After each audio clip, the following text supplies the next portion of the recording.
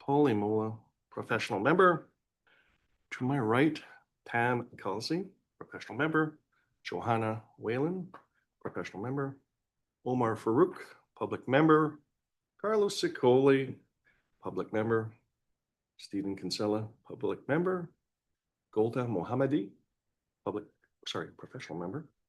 And to my right, Vice Chair Derek Summers, myself, Chair Kevin Klutze. And to my left, we have our Registrar and CEO, Fazal Khan, our Deputy Registrar, A.B. Stein, and our Facilitator, Susan Gregory. I would also like to start off with our land acknowledgement. The College of Opticians operates on the traditional lands of many nations, including the Mississaugas of the Credit, the Anishinaabe, the Chippewa, the Haudenosaunee, and the Wendat peoples. The College of Opticians acknowledges and respects that these lands are now home to many diverse First Nations, Inuit, and Métis peoples who continue to experience the impact of colonization. The College of Opticians also acknowledges that Toronto was covered by Treaty 13 signed with the Mississaugas of the Credit and the Williams Treaty signed with multiple Mississaugas and Chippewa bands. Welcome to everyone. This is our second meeting with our new facilitator, Susan Gregory, but the first time Susan is joining us in person.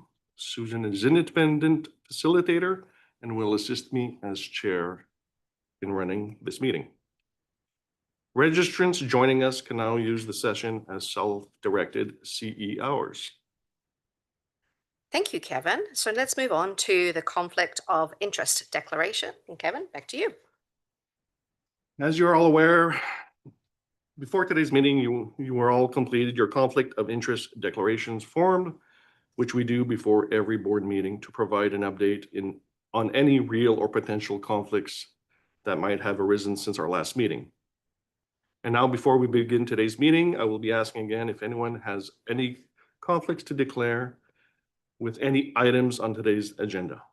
So with that in mind, does anyone have any conflicts to declare with respect to today's agenda? Perfect. Seeing none, let's move on. Let's move on to the adoption of the agenda. Kevin, back to you. Are there any amendments to today's agenda? Once again, not seeing none. Would someone like to make a motion to approve today's agenda? Carlos, and seconded by Alicia. Thank you. All in favor? Motion has passed. Okay. Let's move on to the minutes of the March 2nd meeting, and Kevin Cloutier, board chair, will take us through the approval of the minutes. Thank you. Just waiting for them to show up on screen. Thank you, Emma. Would someone like to make a motion to approve the March 2nd minutes as circulated? I see John as my first and seconder by Omar. Thank you. All in favor? Thank you. Motion has passed. Thank you. Now let's move on to the financial reports, and I will let Fiza Assad, Manager of Finance, Human Resources, take over for that piece. Let's just take a moment to get the podium ready and the screen share.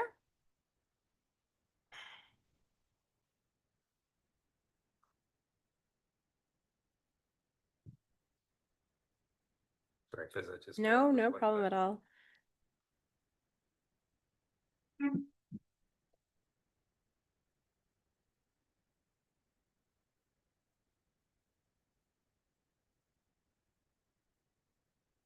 Thank you so much.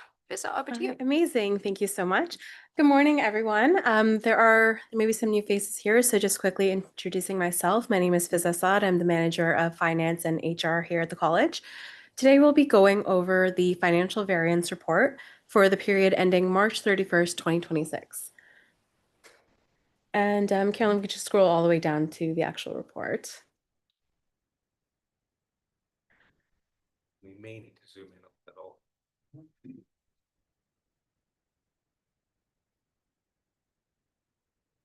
Perfect.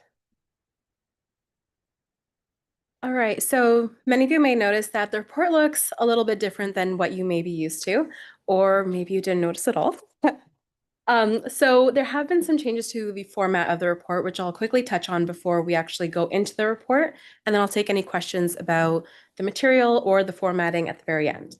So previously, we've had 2 extra columns on this report, which would have shown the finances compared to this exact moment at the previous year.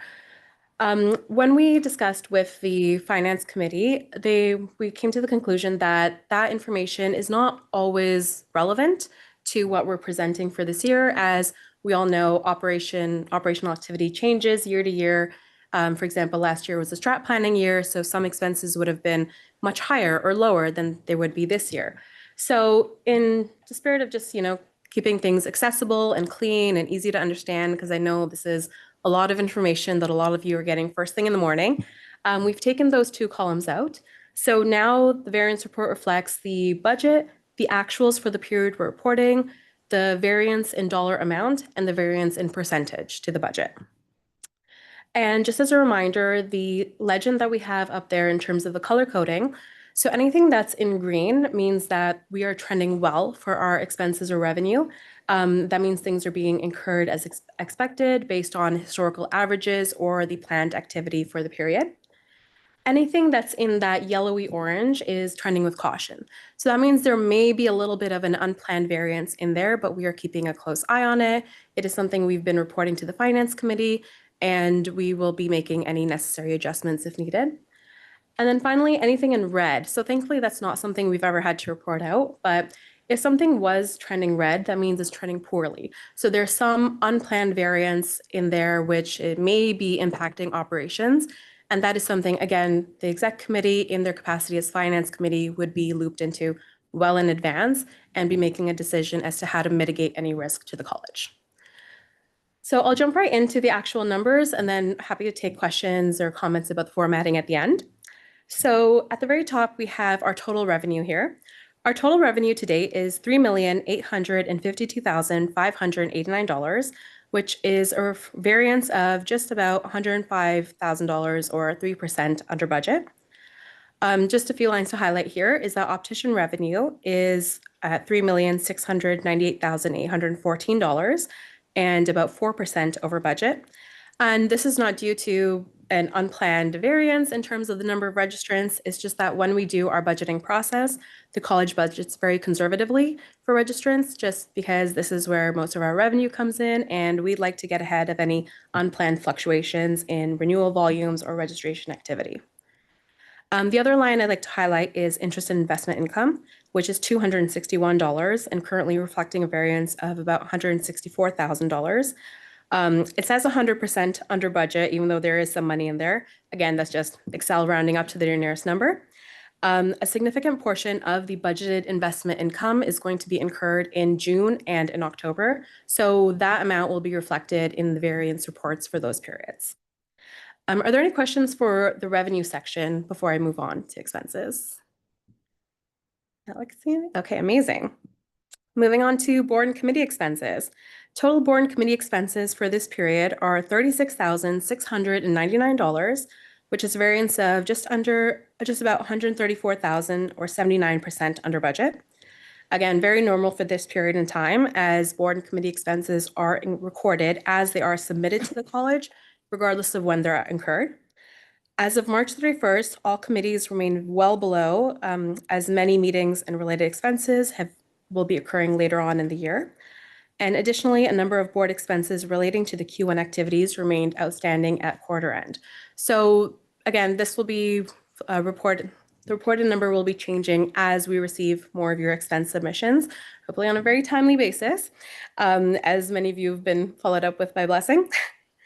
Are there any questions about board and committee expenses before we move on? Okay, wonderful. We're going right through this. And finally, for operations and administration, so Carolyn, we can actually scroll down and then possibly even onto the second page. So total operational and administrative expenses to date are $899,214, which is a variance of $2,612,593 or 74% under budget. Very normal for, again, for this time period. The line that I'd like to highlight is line 29, which is general operational expenses. So at this point in the year, we are at March 31st, we're at 145,833, which shows a variance of 44% under budget. Now, even though 75% of the year is still remaining, that 44% may raise some questions. However, this is just reflecting the activity in that line. So a majority of that 145,000, more so to the tune of about 115,000 of that, is actually associated with the merchant fees that we pay for our renewals, and those are only incurred in January and February. So those will not be repeated for the remainder of the year. And for the rest of expenses, we are trending well, which is why even at 44%, that line's still green and highlighting that we are trending well. Are there any questions for operational or administrative expenses? Steve? Yeah, the investigator expense. Well, it does seem higher than normal, but would that be as a result of the directive that the board made years ago to go after the unauthorized practice? And that's where having to hire more investigators to investigate that? Yes. So did anyone want to jump in on that a little bit or? So I just want to clarify, and I will ask FISA to confirm. I believe the expenses associated with investigating unauthorized practice are being captured under strategic initiative. Yeah, so those will be moving in there. So Yeah. as of, you'll see that number fluctuating for the next variance report. Yes. Thanks. Any other questions for operations or administration? Okay, amazing. And how about the format? Are we all happy with the format or any questions or comments there? Okay, looking good. Then Sarah, I'll pass back over to you. Okay, let's. Sis- Sorry. Comment? Hmm. Perfect. So just one comment about the revenue in case anybody's wondering, like we're trending sort of positive on both optician revenue and inactive. I think we're getting a lot of opticians who are sort of exercising, sort of coming out of the suspended state in the last 18 months to or so. We've been pushing a lot that there's the possibility of getting revoked if you just do nothing. And so I think, and we're getting people migrating a little bit. They went inactive and all of a sudden this year they went fully active. So we're getting people coming out of the woodwork. So we're just trying to figure out trends right now. So we're going to be watching that. All right. Thank you so much. Are there any final questions about the variance report or the format changes?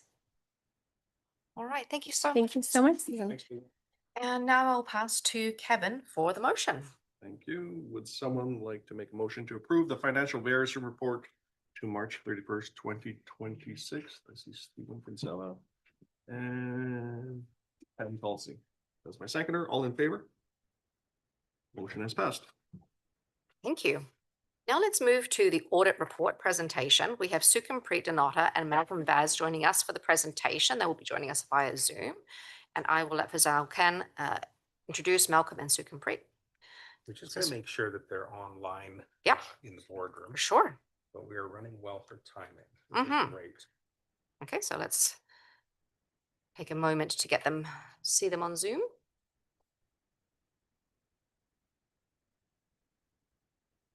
They're not-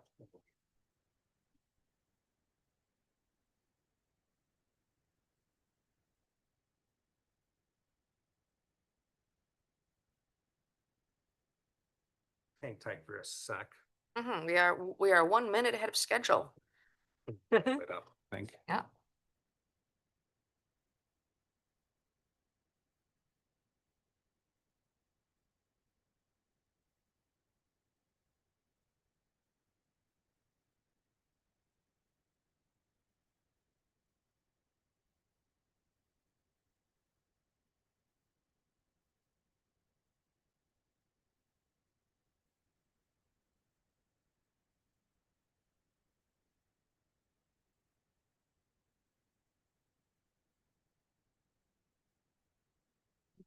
See Mark.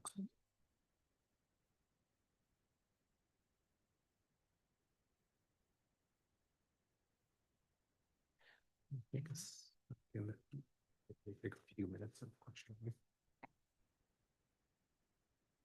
Please bear with us while we have our speakers join. We are 1 minute ahead of schedule.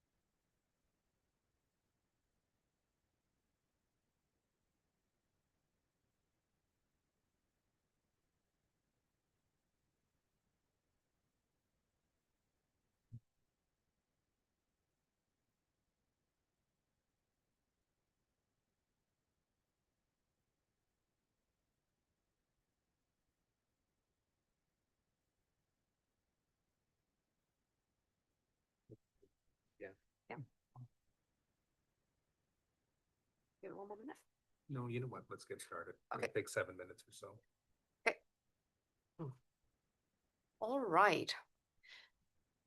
We're now going to move on to our next item on the agenda. So we're going to be hearing from Derek Summers, Chair of Registration. Derek will be presenting the registration policy updates, starting with the examination and upgrading policy. So if you're okay with it, we'll maybe take a pause after the first policy. Of course. Okay, Derek, over to you. Oh, did I not get that? I'm waiting for my green. Yes, down Oh, it's that one. Sorry, there. Sorry. that one. Yep. Perfect. All right, everybody. I'm going to assume everybody's had an opportunity to read it and review it and all of that. So I'm not going to read this thing verbatim, but I'll just go over some highlights for us. So the examination and upgrading policy was first approved on June 3rd, 2006, and was last revised September 23rd, 2024.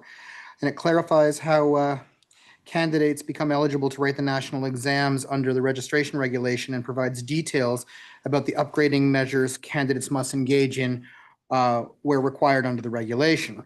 So looking at it, there's a gap in it at this point where under the non-gap is under the registration regulation, all candidates who have failed a national examination 3 times or have reached the 3-year expiration date of their intern status are required to complete an upgrading to be eligible for another attempt. The current policy has a clear path for candidates who have failed at least once. So they submit an upgrading proposal that focuses on their areas of exam weaknesses and successfully complete it. However, for candidates who have made no exam attempts in that 3-year term as an intern, there was not a clear path of defining what their upgrading should look like, as there was no clear areas of weakness to address. So currently, candidates have been asked to submit details of any additional opticianry-related education or work experience that they have engaged in since they first became eligible for the national examinations. And then the committee has been assigning upgrading based on their candidate's response. So the updates have been proposed to streamline that policy. So the registration committee has proposed to amend the policy to have candidates who have never attempted the national examinations to complete the appropriate level of the refresher program. The refresher program was previously approved by this board in a previous session, based on the amount of time since the candidate completed their opticianry program. So other changes that we're going to see in this policy change include updating the language to ensure clarity and consistency for candidates. One change in particular is around the supervision of contact lens fittings. The proposed change in wording for contact lens fittings now mirrors the practicum policy. So just so all of our conversations and our language is the same across the board. Public interest considerations. The committee considered that the examination upgrading policy aims to ensure that all registered opticians have the relevant education and knowledge to meet the registration requirements to practice safely and competently. And the refresher program has already undergone a thorough review process. So, diversity, equity, and inclusion considerations. The committee recognizes the importance of meeting the needs of candidates in varied personal situations. The proposed addition of the refresher program to the policy addresses scenarios of all sorts that we had not considered. And risk management considerations, the committee considered that the proposed updates to the examination and upgrading policy aim to ensure that there is consistent policy for candidates who have made no examination attempts. The proposed changes would eliminate any confusion that may have arisen in the previous policy. So I'm happy to open it up to questions. Yes. Sorry. we'll just move to the- Nothing's for Roger. Oh, next one. Over here. Thank you. I just had a question about interns that haven't written an exam yet. After the 3 years, it goes to the committee, but then is that their only, like, can they extend it again after 3 years? Like, is there a limit to that? Because I know that's So- stated. Stephanie, do we have a Yeah, thought on that? if they. Sorry, 1 sec. Stephanie, you won't be able to be heard. Podium, Stephanie.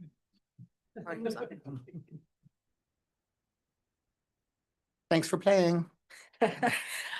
So yeah, if there is there are no exam attempts. They will do the refresher program hypothetically. Then the committee will grant them one attempt. There's usually, they usually give them about 2 sittings.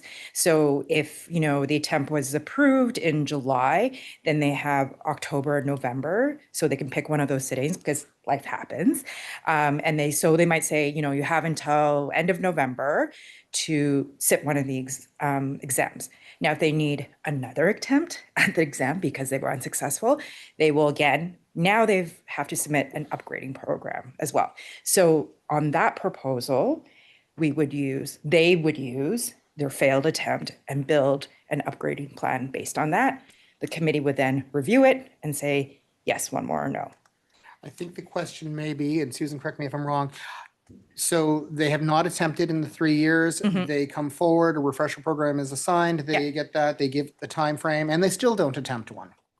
They still don't make an attempt. Well, then we would bring it to the committee and say, what do you want to do again? And I think we've never really seen that. So I think at that point, we would just say, you know, the circumstances would kind of come into play. The refresher program is based on how long they have when was the last time they finished their opticianry program, right? So, you know, 0 to 3 years is level 1. So if it's been longer than 3 years, then they go to level 2. If they need an extension to do the refresher program, that is up to the committee to decide if they want to do that or So not. I think the important thing to recognize here is the idea behind the policy is to give us a process so that it's clear. Anything that's ever extenuating will always come back to the committee to discuss. So there'll always be an opportunity for us and the committee people involved to actually kind of go, okay, let's see what's going on. So. I just want to add one more point. So Susan, the idea is that when they want to make an attempt, is that they would maybe come to the staff first and say, hi, I want to make an attempt. What do I need to do? And we would say, based on when you graduated, you know, this is what you're going to need to provide the committee. It's been less than 3 years. We did level program of you would do level 1 and, you know, put in any recent practice, put together the package, and we'll give it to the committee to look at. So by the time it gets to the committee, they've already completed the refresher portion, and then they've added any additional thing. So, sorry, thinking a little bit more, we don't put it into the committee until they've actually done it. So that kind of mitigates that part. Does that answer your question, Johanna? I think so. Yeah. Thank you. I have a few, okay, I see a question from John. Just let me get your, you lit up over there? Is that not lit up? There it is. Did we look at what other provinces do in similar situations? Is this consistent with other jurisdictions? Did we do an environmental scan on this, Stephanie, or did we, I'm going to throw it back to Amy on this one. we'll actually come back to Amy. You're on. So not necessarily, because we're actually unique amongst all the opticianry regulators in Canada in terms of having this sort of strict intern registration requirement in order to be eligible to write the exam. So every province has a slightly different scheme, and ours is kind of unique. So we're working within our legislative framework and trying to make access as flexible as possible, sort of within those parameters. Thank you. Thank you. Omar? Oh, sorry, Omar, over here.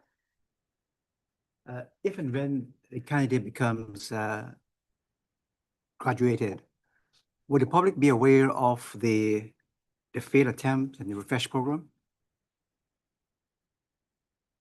Sorry, I'm going straight to Amy. Yeah. No, no information about how many attempts it took them to succeed on the exam are made public information. So all that's relevant once they've passed the exam is that they've met all of the requirements to become registered. And was there a question over here? That's Mark, are you on? Yeah, I just had a question too about provinces. Again, as a public member, I believe Quebec doesn't do the national examinations. Is that correct? Quebec is distinct Okay. and they have their own process, and it has always been distinct. Yeah. They do a jurisprudence and have a separate system than we do at this point. There have been many conversations and we are all getting closer because we all kind of have that same goal in mind of mobility, but currently it's very separate. Yeah, figured so. And so I'm just wondering if in one section here, it's where it talks about candidates seeking registration in other provinces, should it say something about except Quebec? Or Amy? is that not where? I just have to find that line that you're referring to in the policy. I apologize.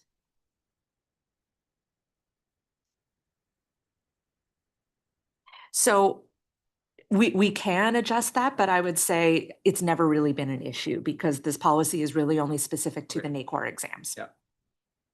And just another question, intern opticians, it should be like proper noun capitalized, gets back and forth in here, just like registered optician. Yes. Yes. Thank you.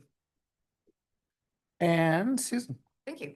So I have a few Oh, areas. oh, Dr. Joanne, McKenna? sorry. Okay, let me get you on mic there.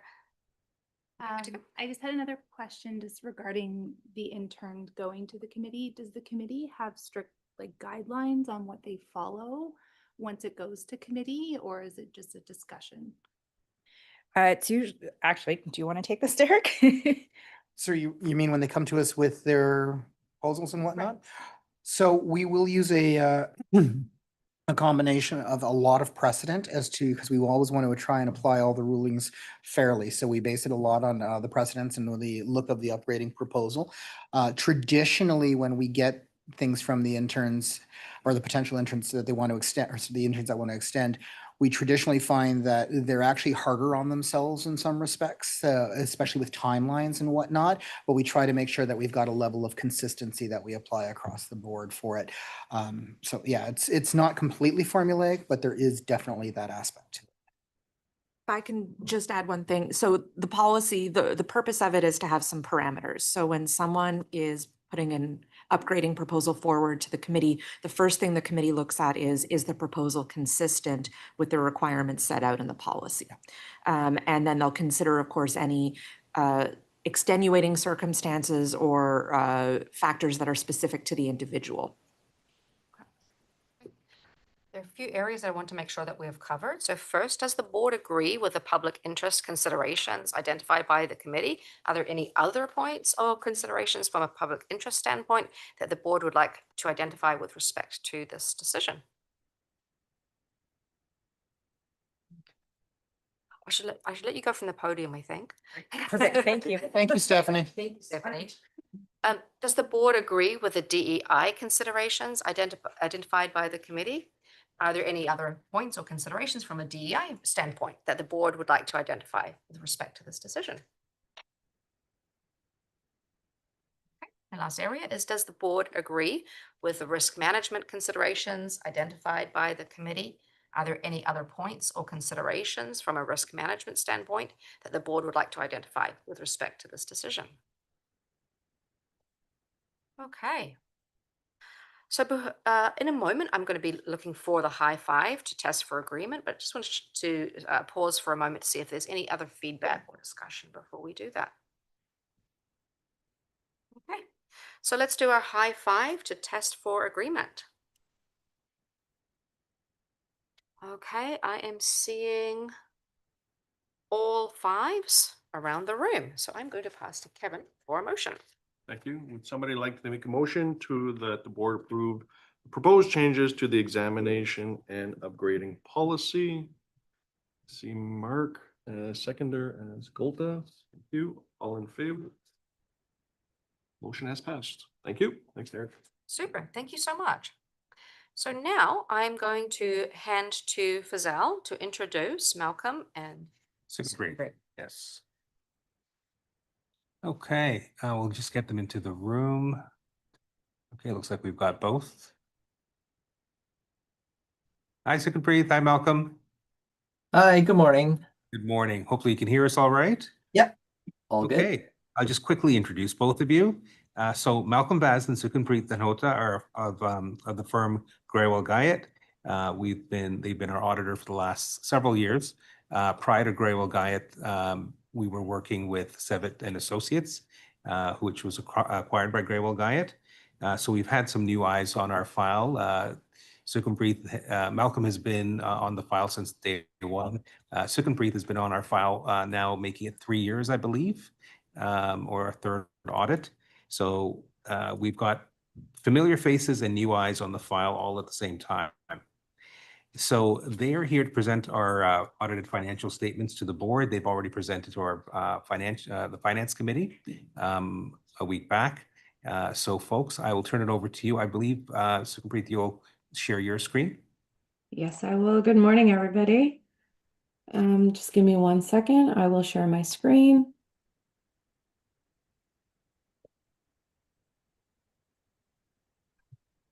Can everybody see my screen? Yes, we can. Thank you. Perfect. So what I'll start off with, well, I just want to take this opportunity to say thank you for having us join today and present the the draft statements for the approval, and then also just go through our audit findings report. As these were circulated in advance, we take that these have been read, so we'll kind of highlight the main items on the financial statements and the findings report. And if anybody has any questions, we are more than welcome to answer. So I'll go to the Sorry, page. Sukhumpreet, could you just zoom in a bit, please? Yeah, Thank you so much. is that better? Yes, that is. Thank you. Perfect. There you go. So what I'll do is I'm going to be starting off at page 1 of the audited financial statements, which is the auditor's report. And, this basically it opines our opinion on the audit. And we're happy to report that it's an unqualified audit opinion, which means it's a clean audit opinion. And any adjustments that we would have, presented during our audit have been reflected. Therefore, these, we conclude that it's an unqualified audit opinion. And from there, I'll just jump to, so the rest of the wording is very consistent year over year. That's the one thing I just wanted to highlight. If we go to the statement of financial position, what this represents is the the assets and the liabilities and the net assets of the college as of December 31st, 2025. And overall, the college has approximately 8.8 million in current assets, which are mainly consisted of cash and short-term investments, which are then offset by 2.6 million in current liabilities, and a significant portion of that is the deferred registration fees, which represents last year's, which represents the 2026 membership fees collected in advance, which will be recognized into revenue in the following year. And then net assets, essentially what net assets represents is the, any invested in capital assets, internally restricted funds, and then the unrestricted funds, which essentially represents the historical excess of revenues over expenses since the inception of the college. On the next page is the statement of revenues and expenses. And, during this year, revenues were slightly higher than last year, which is a result of increase in membership numbers and also a slight increase in the membership fees compared to last year. With the increase in the revenues, we obviously see an increase in the overall expenses during the year as well, which at the end of the day, then the excess of revenues over expenses is fairly consistent to last year at 412 compared to 463,000 last year. The statement of net assets essentially just, reconciles how the funds have changed from last year, so I won't go through the details. And then the statement of cash flows basically represents, how did the cash move? Although the cash move, has decreased by 93,000, we can see that a significant portion, 430,000, was from the operating activities, and then which is offset by an investment, purchase of short-term investments of 498,000, which obviously is a cash outflow, but it gets moved into the short-term investments caption on the financial statements. So overall, a decrease of cash of 93,000 compared to last year. In terms of the note disclosures, I won't go through the note disclosures in detail. There's not many changes this year because our accounting and auditing standards remain fairly consistent to last year.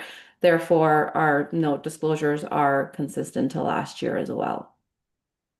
With that, I will jump into the audit findings report. And as of today, we've substantially completed our audit, and the items pending is the approval of the financial statements and then the signing of the representation letter and a discussion with management if there's any subsequent events as of the approval date. Apart from that, our audit has been completed. And, as I earlier mentioned, there's no changes to the auditing or accounting standards. Therefore, our audit was fairly consistent to last year. In terms of some communication items, I do want to communicate independence. As external auditors, we are required to be independent, and we do a independence check prior to the audit being started. During the audit, we ensure that we maintain our independence. And then, we do our quality checks internally as well to make sure that independence is maintained throughout the year if we are in touch with management as well. In terms of control deficiencies, our audit is a substantive audit, which means that we agree any transactions that we select during our audit to actual source documentation. It could be for bank confirmations. We send third-party bank confirmations. We send third-party investment confirmations, and revenues. We do go to the source documents and trace the cash trail, for example. So when we look at internal controls, those are mainly for the purposes of an audit. So our audit is not an internals control audit, but we do look at certain internal controls to see if what's been implemented. And based on our audit, we haven't identified any control deficiencies that need to bring to the board's attention. In terms of materiality, I'll just quickly touch on this. So materiality it's a quantitative and a qualitative assessment that we do to determine, what's the expected level of misstatements that we think will reasonably influence the users of the financial statements. And, consistent with last year, we used 3% of total revenues, and materiality this year is set at 115,000. That being said, that number obviously could look quite significant, but I want to just highlight the very last number that we have here, which is the audit misstatement posting threshold. And basically what this number represents is if during our audit we identify any differences greater than 5750, we would bring it to management's attention to correct these adjustments on the financial statements. That being said, if we were to identify any differences below this amount that we believe should be corrected, we typically would suggest that to management as well. Audit risks and results. I do want to pause on this slide just to kind of highlight what this slide means. So as part of our audit standards, we are required to assess certain significant risks, and that's the fraudulent revenue recognition risk and the risk of management override of controls. Now, that being said, this is not something that's uniquely identified just for the college. We are required to assess these risks at any organization that we audit. So these are presumed risks that exist in every organization that is out there. So as part of our audit, we are required to perform very specific procedures to address these risks. And based on our audit we've done, we have not identified any issues that we need to report. The audit approach, I won't go through this, but this kind of highlights some of the procedures that we do. This is not a substantial list, but it goes through some of the main procedures that we do over the significant captions that are on the financial statements. In terms of other areas of focus, just two main items that we want to highlight because these are the significant balances on the financial statements. The first one being deferred revenue. We do very detailed procedures over deferred revenue to ensure the cutoff is achieved to make sure that revenue is being recognized in the appropriate period. And we also look at the monthly reconciliation that management does internally as well, to ensure that cash received is being recognized and recorded in the general ledger, and the revenue therefore that's being recorded is being recorded in the correct period. And this year we had one adjustment, which was mainly a timing adjustment where the IMS receivable of 248,000 related to deferred revenue. We just needed to, because it wasn't received, we just said it should be reversed because there's no receivable and no deferral set up unless the cash was received.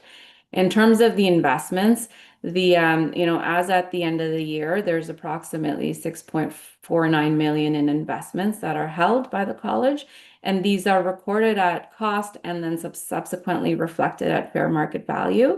We do obtain third-party confirmations to make sure that the balance that's reflected on the balance sheet, on the statement of financial position, is accurate, and any adjustments that need to be done to reflect the interest, and any interest income or that's being earned is reflected in the financial statements. There are a few adjustments that are posted that we prepared, which were reviewed with management, and these are consistent with last year's. There's no new surprises. So these have been appropriately reflected in the financial statements, and they will be provided to management as part of the management representation letter if anyone needs to review these. Apart from that, that concludes our presentation, but I'm happy to go through any questions that anybody may have. Thank you, Sukhpreet. Let me see if there are any questions or feedback for the auditors. Okay. Now I'll pass to Kevin for the motion. Would somebody like to make a motion to approve the audited financial statements for 2025? I see Carlos is my first, seconder, Alicia. All in favor? Motion has passed. Thank you. Thank you, Sukhpreet and Malcolm, for taking the time to present the audit report to us today. Much appreciated. Thank you, everyone. Thank you, everybody. Okay. Now we will move to. Sorry, we can jump off, right? Just making sure. Sorry. All right. Thank you, Malcolm. Thank Yes. you. Okay. Yes. Thanks, everyone. Goodbye. Everybody. Bye. Take care. Thank you. Now we will move to 5.2, the approved education programs policy. Derek will be presenting that. And Derek. Thank you. All right, so this is a fairly straightforward and easy one. A little bit of background. Policy lists the opticianry programs approved by Accreditation Canada. As many of you will remember, Accreditation Canada is the accrediting body approved by the registration committee. Graduates of these approved programs are considered to have met the educational requirement for registration with the college. This is kind of being done out of its normal cycle, and it's being done that way because Accreditation Canada approved 3 additional opticianry programs in Canada: the Southern Alberta Institute of Technology, the New Brunswick Community College, and Vanier Community College. A note that the New Brunswick Community College is accredited with conditions. That comes from the fact that part of it is a accreditation process is collecting data from graduates, and because they're brand new, there are no graduates, so it's a condition. So the policy, as I said, is being reviewed outside of the normal scope just to bring everything together. Public interest considerations, the committee has delegated accreditation decision to Accreditation Canada, as they have the subject matter expertise and the resources to carry out a thorough and robust accreditation process. The committee, as far as diversity, equity, and inclusion considerations, the committee recognized the importance of meeting learners' diverse needs and supports educational institutions' flexibility in developing and improving their education programs and courses. The addition of the 3 new programs ensures that there are more options and flexibility for a diverse pool of applicants. Risk management considerations. The committee considered that if an applicant successfully completes an approved opticianry education program, it is expected that they will have received the relevant theoretical knowledge and practical experience to be deemed a competent practitioner. This mitigates any risks associated with unethical, unsafe, and or incompetent practice. So we're just bringing it to you guys to sign off on us adding those 3 schools to the accreditation list. So I'll open it up to see if there's any questions. Steve? Are any of the new schools bilingual? I would assume that I'm not certain off the top of my head. I'm going to assume the New Brunswick school probably has a bilingual component to it. Stephanie, do we have an answer on that? And you get to go to the podium again. Double check.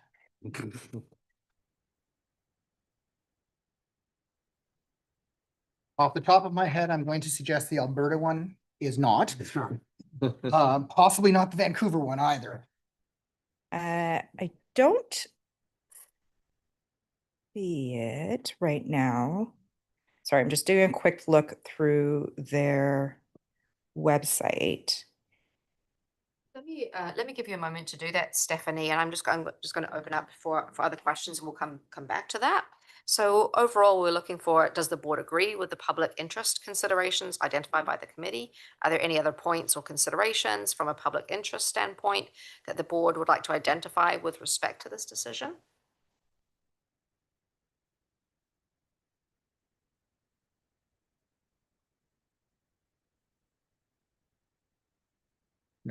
Nope. Did you find your answer? I did. So it doesn't look like it's delivered in French. However, if applicants at La Cité decide that they want to take an exam in New Brunswick, they certainly can, because one of the French sittings does happen in New Brunswick. Okay, thank you. Thank you, Stephanie. Thanks, Stephanie. Thanks, Steve. Okay. Any other feedback or discussion before we go to the high five? All right, let's do our high five to test for agreement. Seeing all 5s around the room. Thank you so much. I will now pass to Kevin for the motion. Would somebody like to make a motion for the board to approve the proposed changes to the examination and upgrading policy? Joanna is my first, seconder Paul. All in favor? Motion has passed. Thank you. Now we will move on to 5.3, the inactive class policy. Derek will be presenting that as well. And let's make sure we've got the correct item on the screen. We're good to go. Thanks, Derek. Problem.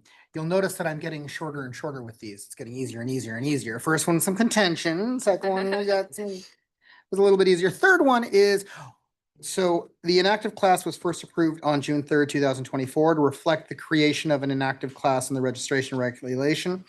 Policy outlines the requirements to move to the inactive class, the conditions of being an optician in the inactive class, the annual renewal requirements, and how to return to active practice. So basically what this is a language change. We're going to pull out the part that referred to the date that has long since passed and say, okay, let's take that out of the actual policy. So that's what we're looking at right now. Didn't really identify any particular public interest considerations. Well, sorry, the public interest considerations committee considered that the removal of the transition footnote will remove any confusion. Diversity, equity, and inclusion considerations, the committee reviewed whether the removal of the footnote would affect accessibility, access for registrations. The removal does not change the requirements for moving from inactive to active or conditions to any other class. Risk management considerations, the committee considered that by removing the transition language in this policy, it removes confusion for registrants as to what they need to do to move to the inactive class. The proposed changes also allow the college to be efficient and clear in delivering important information. Does anyone have any questions with regards to the proposed changes or the public interest, DEI, or risk management considerations outlined? Okay. Any other feedback or discussion? Let's do our high five. That's for agreement. Okay, and I'm seeing 5s all around the room. Thank you so much. I'll pass to Kevin for the motion. Thanks, Susan. Would somebody like to make the motion that the board approve the proposed changes to the inactive class policy? Mark as my first, seconded by Craig. All in favor? Motion has passed. Thank you. Thank you, everyone. Thank you. Okay.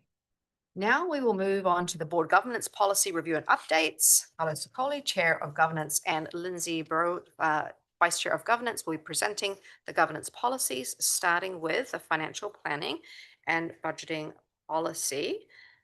Okay, and Carlo, are you You're just going to go to the the podium. podium? Yeah, you're co-presenting today, right? I'm presenting because Lindsay is. Able. Oh, okay. Thank you, Carlo. Yeah, by all Please means. go ahead, Carlo. Thank you.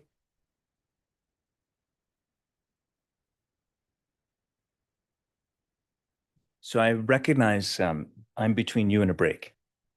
It's on me.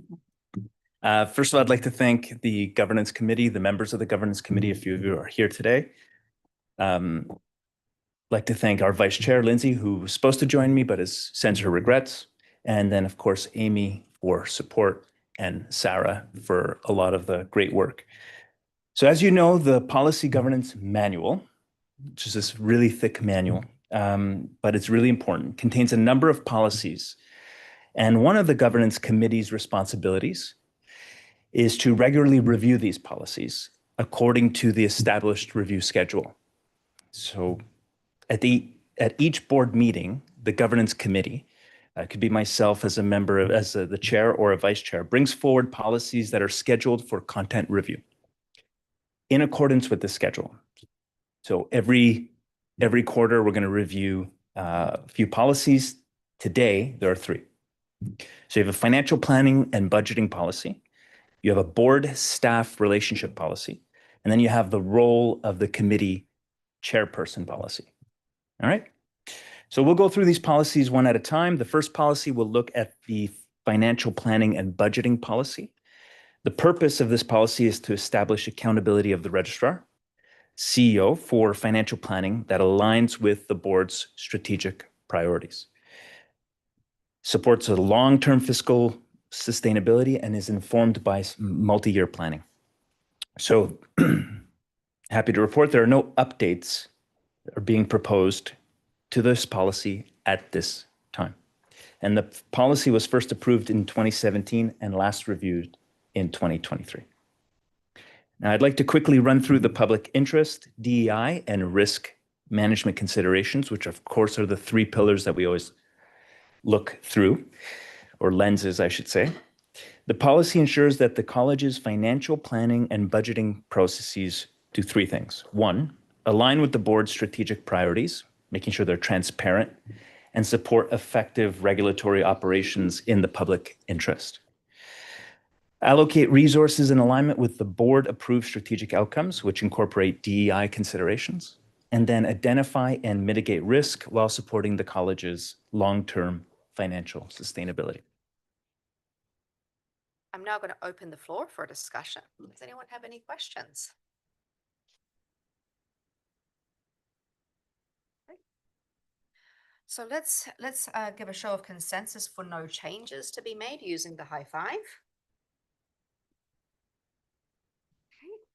Seeing all what 1 4, all the rest look like 5s. Thank you so much. Okay, please continue. Okay, moving on, we'll now look at the board staff relationship policy. Now, this policy establishes that the registrar CEO serves as the board's only link to operational achievement and conduct. Accordingly, all authority and accountability of the staff, as far as the board is concerned, resides with the registrar CEO. Now, there are no updates are being proposed to this policy at this time. It was first approved in 2018, last reviewed in 2022. Again, I'd like to run through the 3 lenses, which are public interest, DEI, and risk management, considerations identified by the committee. This policy supports 3 things: clear accountability, transparency, and effective governance so that decisions are made consistently and responsibly in the public interest, fair and respectful interactions between the board and staff, and the reduction of operational, legal, and reputational risk by clearly defining the roles between governance and management. I'm now going to ask for any discussion once again. Any questions? Okay, one moment. Just in the section there accordingly, that notes 2 and 3, I found the wording a bit difficult, and I don't know if I can suggest a change. For number 2, the note where it says directors can inform the registrar, comma, CEO if in their opinion some staff service is not being well executed. I was just going to suggest, could it change to directors with capitalized can inform the registrar CEO, comma, if, comma, in their opinion, tasks are not being well executed by staff. So it's the by staff is the addition. Yeah, and switching it around. So it's a bit of just a rewording, but not changing the meaning. Yeah. Clarity.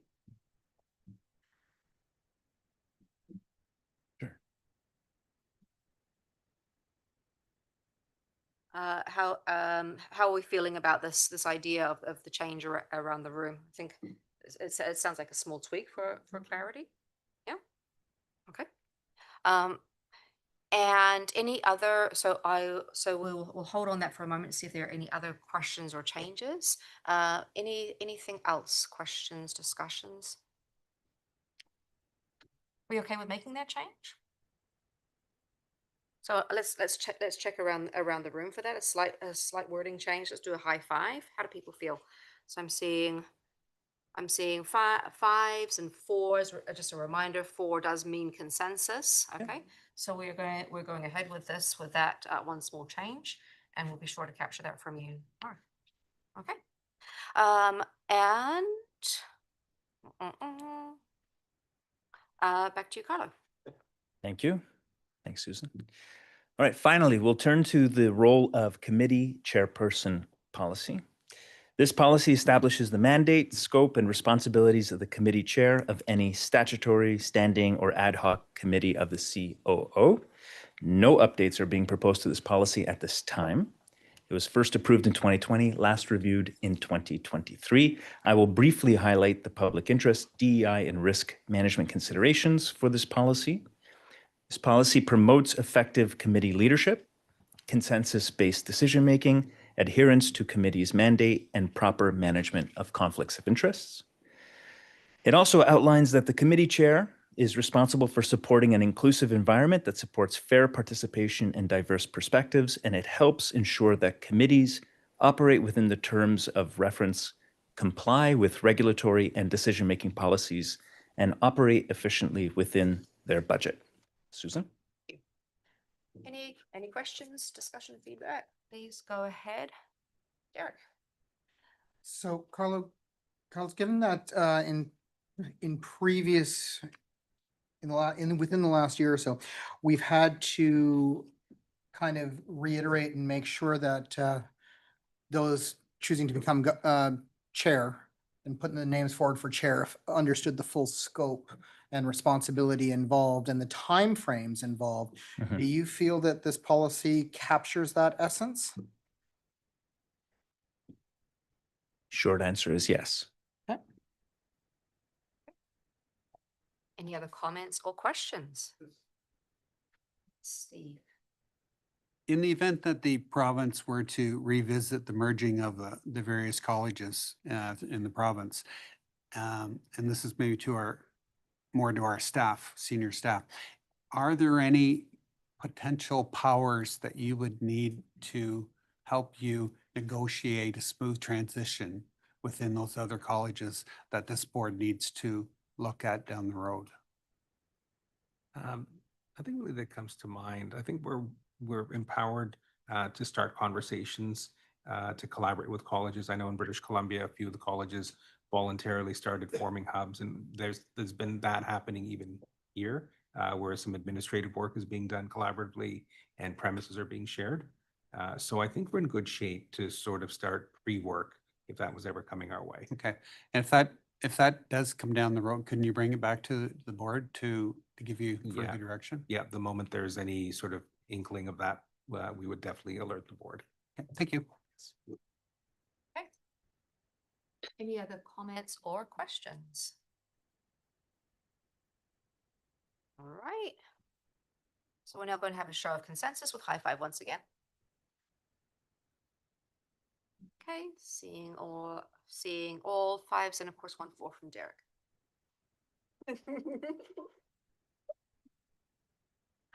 So, I'm now going to flip to Amy because we're going to need a slight change to the motion before I hand to Kevin for the motion of the policies. Thank you, Susan. So in lieu of one motion to approve no changes to all three policies based on what the board has indicated, we can do a first motion to approve no changes to the financial planning and budgeting policy and to the role of the committee chairperson policy. And then we can do a second motion to approve the amendments to the board staff relationship policy. Will do. Over to you, Kevin. Thank you. Would someone like to make a motion that the board approved no changes to financial planning and budgeting policy and the role of committee chairperson policy? Steve has my first. Can I get somebody to second it? Greg, all in favor? Motion has passed. And a second motion that we approve the changes, the amendments to the board staff relationship policy. My first is Mark, seconder would be John. All in favor? Motion has passed. Thank you. Thank you. Thanks, Carlos. And now we will move on to 7.0, the 2026 Board Action Plan. Carlo will be presenting that as well. Mo, back to you. Great. Thank you, Susan. Thank you, Carolyn. So the board held a working session in March to review the results of the 2025 board and committee self-evaluations and to identify action plan items for 2026. Now, one new action item was added to the plan and has already been completed. As the related training is included on the agenda for this meeting. In addition, several items have been carried forward from the prior year's action plans. At its most recent meeting, the Governance Committee reviewed the draft action plan and agreed that it accurately reflects the items for the board to focus on in 2026. The Governance Committee is recommending that the board approve the 2026 action plan. Once approved, the action plan will be posted on the COO website, college's website, and the board will receive periodic status updates. Susan? What questions do you have for Carlo?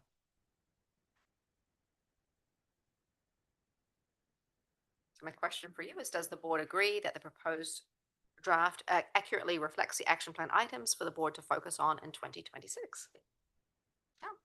Seeing people nodding around the room. Thank you very much. Any other feedback or discussion?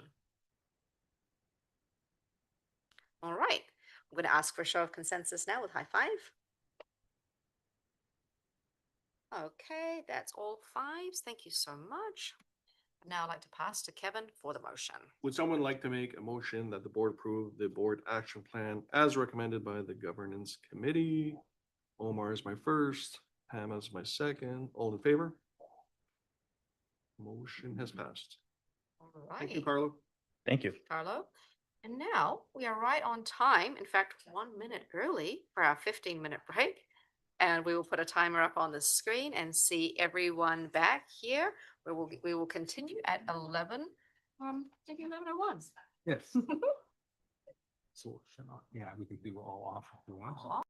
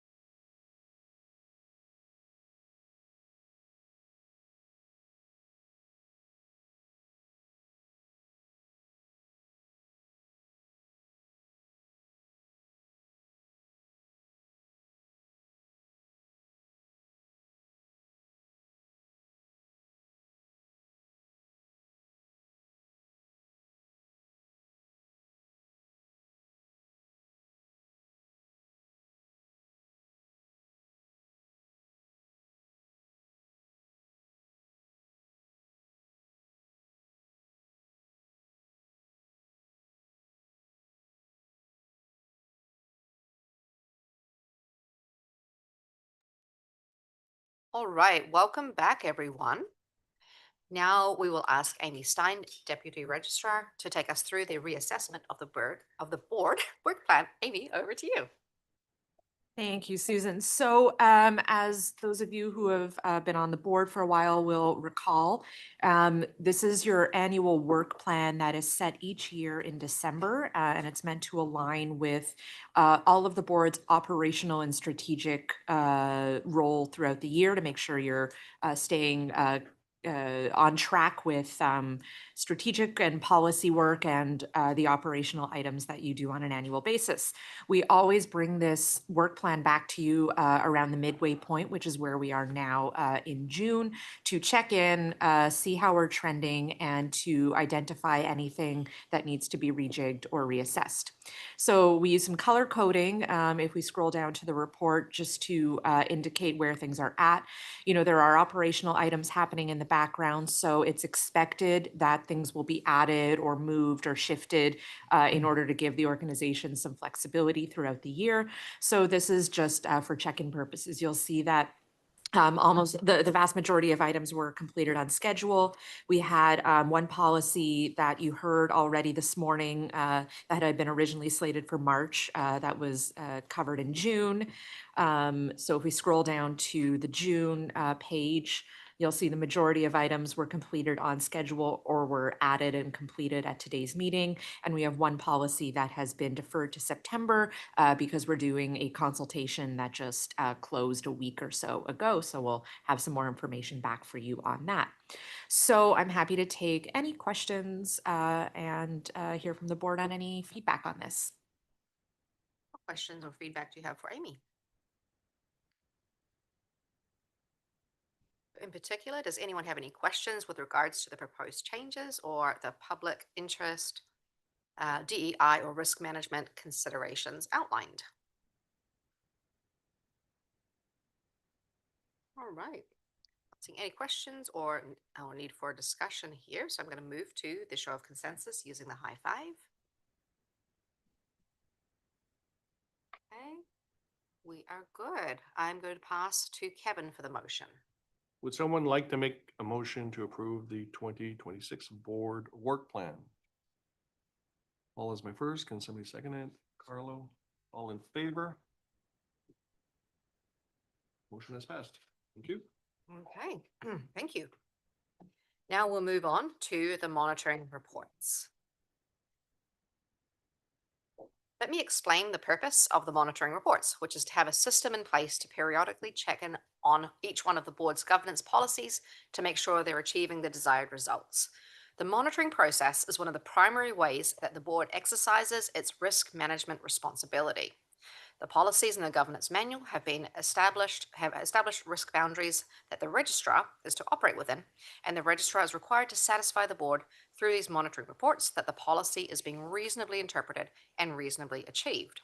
When the registrar brings forward a monitoring report, therefore, the board will be asked two main questions. Was the registrar's interpretation of the policy reasonable, and did the registrar comply with the policy as reasonably interpreted? The feedback that the board provides will inform the evaluation of the registrar's performance and, as a consequence, the organization's performance. I'd now like to hand to Fazal Khan, registrar, to present the report. Okay, so I've got 3 reports. Sorry, I'm going to turn my. Oh, sorry. Oh, I just turned myself off. Thank you. Okay, sorry about that. So I've got 3 reports, the monitoring reports, to present to you. I know we've got a few new faces around the board table, so I will sort of go over the format a little bit and sort of the highlight points. I'm sure everyone's read their policy, their briefing notes already, so I'll just point out the highlights. So this report is covering the period between June 2025 and this May. And you'll see the next one, this next report appear in June of 2027. So on the left-hand side, you've got what's deemed the policy requirements set out by the board. And on the right-hand side, you'll see what would be perceived as my interpretation and the evidence to support that. So this monitoring report basically is supposed to give a snapshot of where we are as far as our financial condition goes. So as far as financial position, We just heard from the auditors, the 2025 fiscal year end ended with a surplus over revenues of 412,000.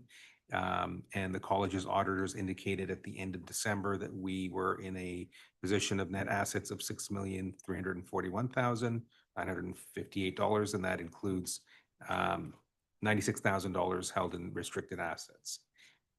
Expenditure-wise, we were underexpensed. One of the big ones was strategic planning. We were below by about 36%.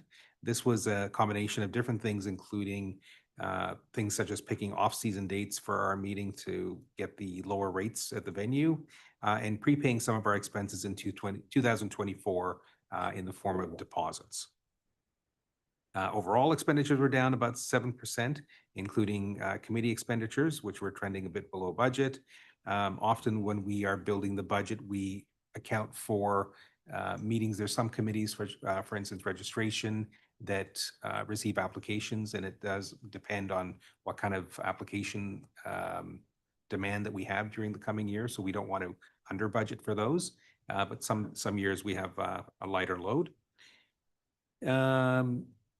Some communications and consulting projects were also deferred till this year. Last year was a busy year with a lot of legislation being deployed that finally came to be. Sorry, you'll see Spider-Man in the background. Perfect day for window cleaning. So nonetheless, it was a good year expenditure-wise. We keep the executive/finance committee well aware of what's happening throughout our quarterly meetings, both if we're trending above or below. Debt-wise, same story as every year. Luckily, touch wood, no funds were borrowed or loaned in 2025 or in the first two quarters of this year. Reserve funds-wise, general reserve funds were not accessed in 2025. And we've got securely funds put aside for funding of therapy and counseling, which remains unused currently. Payments and receivables-wise, vendor payments, payroll, board expenses, source deductions, HST are all being remitted within 30 days. No penalties have been incurred. EFTs are run every 2 weeks, as we've pretty much phased out check writing. And reporting-wise, as I had mentioned, financial condition of the college is reported to the executive committee in their capacity as a finance committee on a quarterly basis, and the board is also updated just as today, quarterly throughout the year using the financial variance report, which FISA presented this morning. Again, the executive committee reviews that report in great detail and assesses the financial condition of the board prior to the board meeting. So that is my report. I'm happy to take any questions. And so it seems that live streaming wasn't enough. We have to have people looking in the window as well to make sure we're doing what we should. Yeah. Are there any feedback or concerns with the registrar's interpretation of the financial condition policy monitoring? And were there any steps taken that you are not comfortable with? Okay. So let's do our test for consensus using the high five. Okay, thank you so much. That's all fives. And I will now pass to Kevin for the motion. Actually, I think we have two motions. That's correct, two motions. First motion that the board approve that the registrar's interpretation of the policy was reasonable. So Paul is my first, seconder would be John. All in favor? Motion has passed. And the second motion that the board agrees that the registrar CO complied with the policy. Stephen is my first, seconder Golda. All in favor? Motion has passed. Thank you so much. Now we'll be going back to Fazelle for the investment policy monitoring report. Okay, wonderful. So the investment policy monitoring report covers the period from January 2026 to May 2026. So again, down the left-hand side is the policy requirements, and on the right-hand side is the interpretation by the team and the evidence to support it. So first requirement is that we, investment funds management, there's a requirement that they're managed. So the college has our investments managed by a senior advisor at BMO, Nesbitt Burns, to provide us with expertise in the investment approach and investment portfolio. Investment parameters, I believe we've met the board's expectation of reasonable liquidity by maintaining a ratio of 2.0 and ensuring that the invested maturity dates are split throughout the year so that we have continuous access to our funds. And the other key piece of the policy is that there's a preservation of our capital, and that's achieved through a conservative investment strategy using GICs essentially. So we're not at all exposing the college's capital. Investment funds will receive a reasonable rate of return this year between 2.7 and 3.45% against the current market rate of 3.4%. Most of our investments are going to be realized June 2026 and October 2026. We've got our investments split over multiple GICs within the CDIC insurance limit. And we've also got a high interest savings account that maintains a minimum of 12 months of operational funds. So there's never a point where our funds are locked into investments where we won't have operational funds. We have 3 months of operational funds in a high interest savings account currently, and that account is actually offering a pretty decent rate of 2.45% interest. As far as evaluation results, no. As far as evaluation of results, with the support of the Deputy Registrar and the Finance Manager, we monitor the investments to ensure compliance with the policy, and we are always looking at our investment approach. The external senior advisor provides us additional monitoring and investment performance overviews at every opportunity that we're having funds maturing. And as far as the last requirement about reporting, I report out the registrar provides audited financial statements to the board, which again was done just this morning. These reports include our investment results for the previous fiscal year, which have been reviewed and verified by our auditor. So those are the policy requirements and hopefully what you would interpret as fulfilling those requirements. And I'll turn it back to you, Susan. Thank you so much.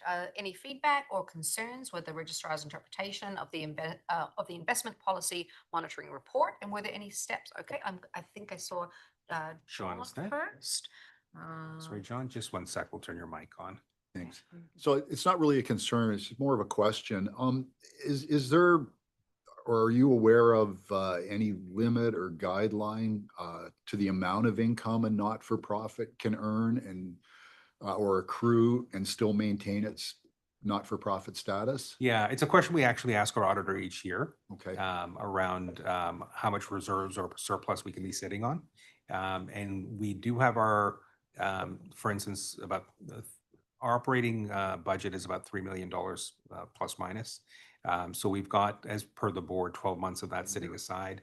And then we've got funds segregated for things such as the unauthorized practice, having funds set aside for legal in case we get an influx of complaints or anything like that. So we've got different reserve funds broken up. And again, we asked that question actually just recently with the auditors. Yeah, it was more from, I guess, regulatory is maybe not the right word. I realize we have to have those things, and the college is very prudent with that. But it was more like at what point might someone step in and go, you guys have too much money here, so you may not be considered a not-for-profit anymore. And I guess that would be something to ask the auditors or the accountants. Yeah, they've never given us a dollar figure of a threshold because it is proportionate to the size of the organization and the revenues. But they said they've assured us that we're not anywhere close. Fair. Thank you. Okay, there's another question over here. Yeah. Okay, 1 moment. Let me get the mic. Sorry, Greg, just 1 second. The question as well. Yes. Is the financing committee or the policy permits fixed assets? So as far as fixed asset goes, I guess that's our. I'm looking at instead of paying rent forever, we can acquire when the market, especially now, the market is right. Right. I'm doing the same thing in the business. We have been renting for a long time. And now we're looking into purchasing property. Yeah, we've had this discussion for probably 30 years. And we've actually kept building funds segregated. Is there a restriction in the policy? No, there's no restriction against us having it. I think in the last few years, we pivoted a little bit with the trend with colleges being merged. That creates an extra complication as to if you were to have to liquidate that property. So in British Columbia, they had merged from about 20 colleges down to about 6. And these type of movements, when you have assets like that, hard assets, then there's questions from the registrant base as to, well, that's my fees that went into that, and where's my share of things. So I think in the current environment where regulators are being merged, we're sort of extra cautious, probably not to acquire a building. We have renewed our lease here for the next 5 years just recently, and have taken advantage of rates that are starting to go up as people are return to work. Vacancy is going down and rates are going back up. So we were able to negotiate a good renewal under market rate for the next 5 years. What other questions are there?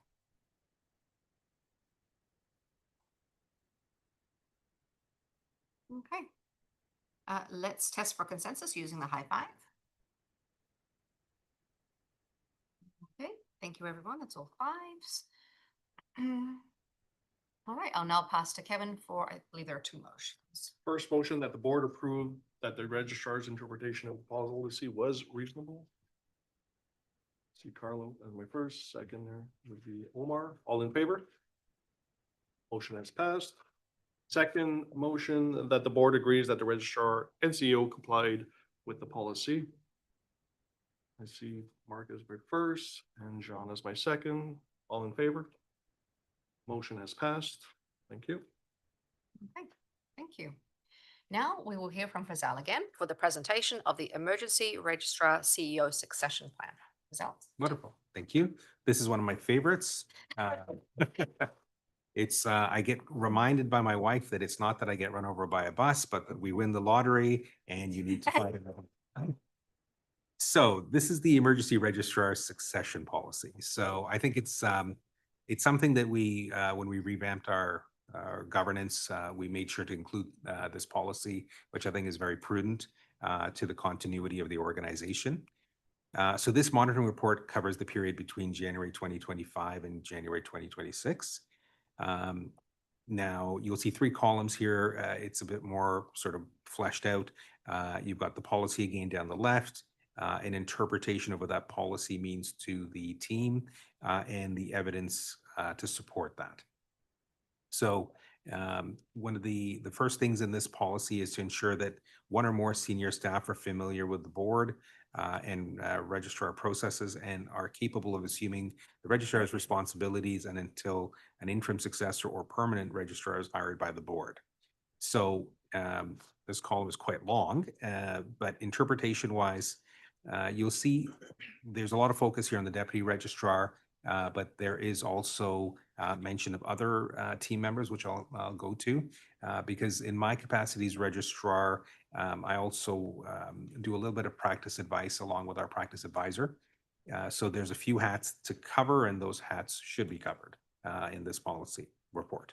So our deputy registrar is also our in-house legal counsel, and I feel strongly that she's able to assume the responsibilities in the event of an emergency. The deputy registrar is tasked with carrying out the registrar's duties when I am unable to act or absent, and the deputy registrar is responsible for providing strategic advice to the board committees, identifying and monitoring any risks to the college. So to support that, our deputy registrar has been a key member of the college's exec admin team for several years now and is apprised of all major strategic initiatives. Amy's regularly interfacing with major stakeholders, including our registrants at our webinars and in-person seminars, the associations and our teaching institutions. And the deputy registrar is always copied on all of my correspondence. In the event of a sustained absence, the registrar or deputy registrar can make the decision to outsource some or all of her responsibilities as legal counsel in order to fully focus on the role of administering the college. So, you know, that even though Amy is wearing two hats, we can easily divest, and we have had more support prior to having an in-house legal counsel. We were having all external legal, so it's not a big deal to pivot that way to free up Amy's time. Myself and the Deputy Registrar connect daily, as well as meeting weekly with all departments. And the Deputy Registrar has participated in all our training sessions. When I sort of mentioned about practice advice, the college now has a dedicated practice advisor. It's one of the hats, many hats that Peggy wears. So as well as monitoring or taking care of our clinical practice and quality assurance, Peggy is our practice advisor.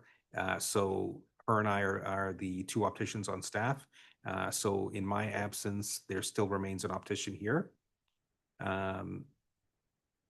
Let's see here. Other members of the senior staff are involved with external stakeholders so that there's a relationship developed with them. So aside from the practice advisor and the registrar sharing these duties that I've mentioned above, where appropriate, we are also involving department directors to be included with meetings with external stakeholders, including the schools and NACOR, and as well as the association. So we've got several members on the team that are covering those spots in case there's an absence on my end.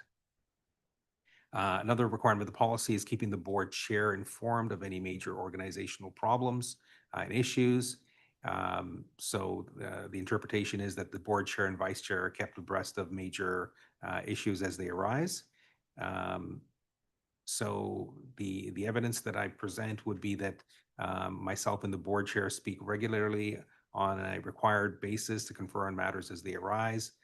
Both our chair and vice chair are regularly attend pre-board preparation meetings, including leading up to today's meeting, so that they're familiar with all the items on the agenda. Furthermore, if there's anything that's of interest, I try to make sure that I send out an email to the board to let you know of changes in the regulatory sphere here. I think one of the latest ones I sent out was around scope of practice expansions. So we try to keep everybody up to date as things come up, but also not death by 1,000 paper cuts where we're sending you things all the time. 3, maintaining the college's records in an organized and accessible manner. The college records are organized and accessible to all staff as appropriate, board and the committees. So we do have sort of a tiered approach as to security clearance or privacy clearances for both staff and the board, depending on what committee you're on. The college's files are hosted on a cloud-based server with multiple layers of backup. We regularly put our virtual boardroom through updates to make it more efficient to access information. We're also right now going through another update, again, sort of a cloud-based exercise on our major database that holds all our registrant information. So anytime that there is an update to the software, which sometimes happens 5 to 6 years apart type of thing, we do avail ourselves of that. I think the college is very good about keeping up with this technology and security mitigation. New board and committee members are provided a live walkthrough and training whenever they join the college with the communications manager and the finance specialists. So hopefully everybody feels supported and that we are secure. I'm happy to take any questions.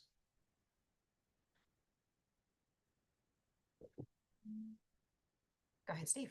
Yeah, just one. In the event that something happened where everybody in the organization had to move up the ladder, just even temporarily, are there enough funds allocated then to replace those people's jobs in so that whatever job they were normally doing is covered and maintained?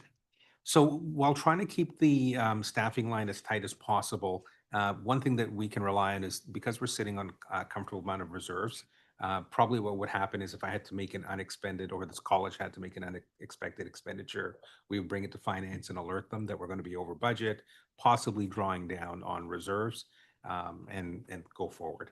Okay, good. Thanks. Thanks, Steve. Okay. Are there any feedback or concerns with the registrar's interpretation of the CEO succession plan monitoring report? And were there any steps taken that you are not comfortable with? All right, let's check for consensus using the high five.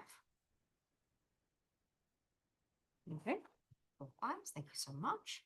I will now pass to Kevin for the motions. Once again, two motions. First motion that the board approve that the registrar's interpretation of the policy was reasonable. Pam is my first. Can I get a seconder? Alicia? All in favor? Motion has passed. And a second motion that the board agrees that the registrars and COs complied with the policy, sorry. First is Paul. Can I get a seconder? Mark, thank you. All in favor? Yeah. Motion has passed. Thank you. Okay, thank you so much.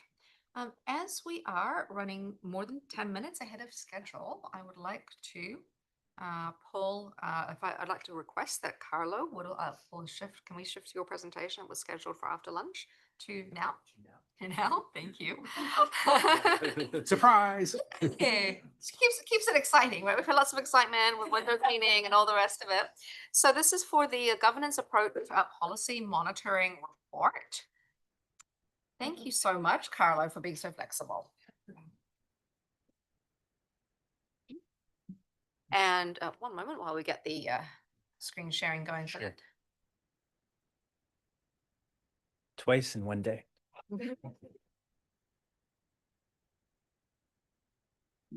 Okay, so I'll just speak in layman's terms just for a little bit because I had to understand what I was doing.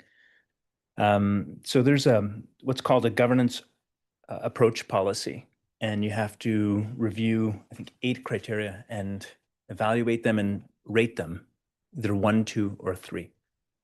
3 being fully met, 2 being partially met, and then 1 being insufficiently met. So I reviewed that, and thank you, Sarah, for your help as well. And so what I'm going to do now is I'm going to walk you through the 8 and what the rating was. And I had to do this in a bit of a vacuum. So there is room for discussion here. Meaning if I didn't rate something, I suppose there is room for discussion. Is that exactly? That's right. Because I did it alone. So I'll walk you through each of them, and then I'll tell you what my rating was. And then we can have a discussion as to why. Does that sound fair? Okay, great. So in 2017, the board approved the governance approach policy. And the purpose of this policy is to outline the board's commitment to policy governance as its governance model, and to ensure that roles are clearly defined between the board and operations. Now, this monitoring report covers the period from 2024 to June 2024, I should say, to May 2026. And there are 8 policy criteria outlining the board's responsibilities. Now, I'll briefly review each and explain how compliance has been met. So policy 1 is role distinction. So the board's role is to provide strategic oversight, not to manage the day-to-day operations of the organization. Compliance is achieved through clear structures and processes that delineate the board's governance role from the registrar's operational responsibilities. Now, I have determined that the board has partially fulfilled this role as evidenced by, okay. Now, I want to be clear that I had to choose between numbers 1, 2, and 3. And as part of my responsibility is to be as, apply a critical lens to this. So this does not reflect anything so negative. This could be like a 2.85 out of 3. All right. But we do have to do this. So I have determined that the board has partially fulfilled this role as evidenced by really 2 points.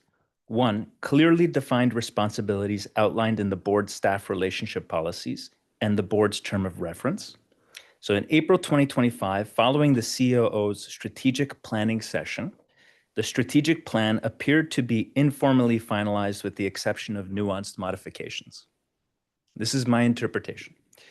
The board's role in setting the strategic plan appeared to be limited. Okay.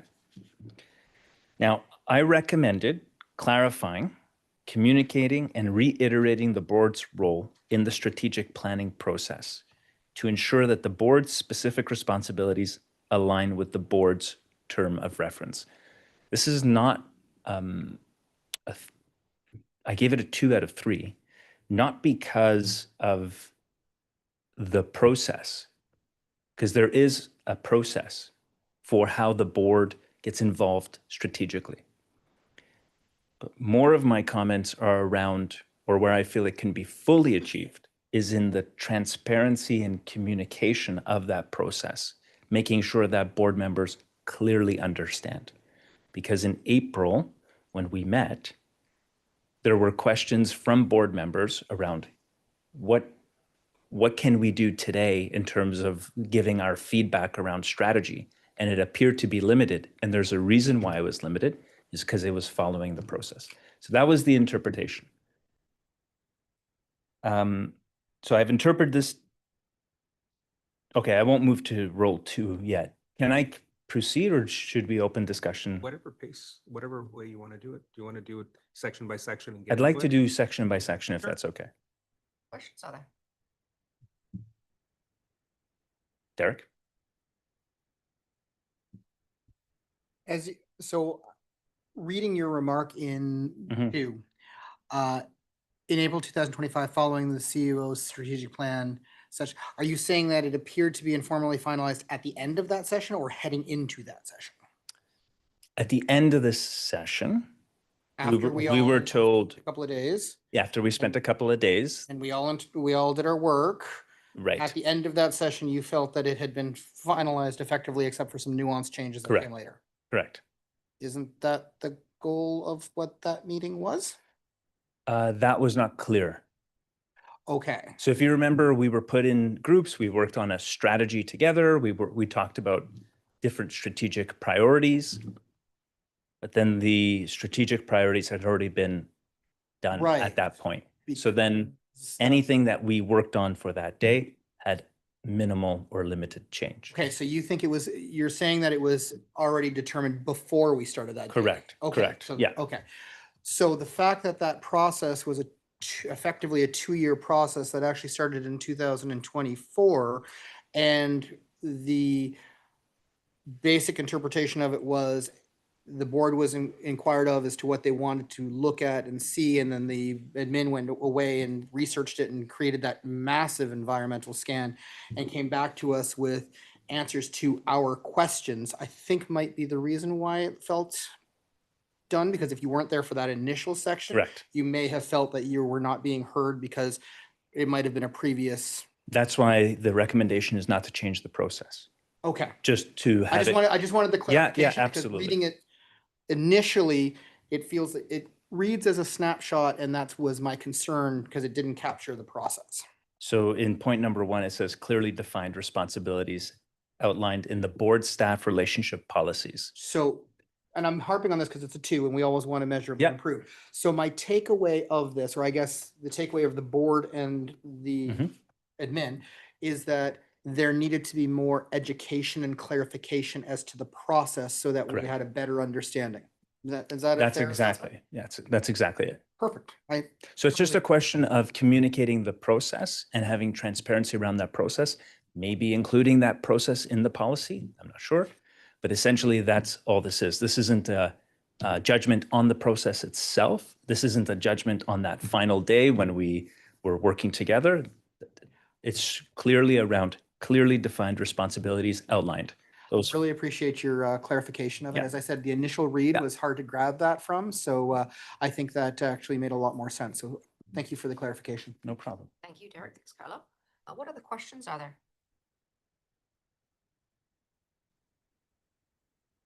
Hi. Continue. I can continue. Okay. That was the toughest one, so that's good. Okay, role explanation. So I've interpreted this to mean that the board is responsible for ensuring that the COO operates with legal integrity, ethical rigor, and operational efficiency in fulfilling its mandate to regulate the profession of opticianry in the public interest. Opticianry. I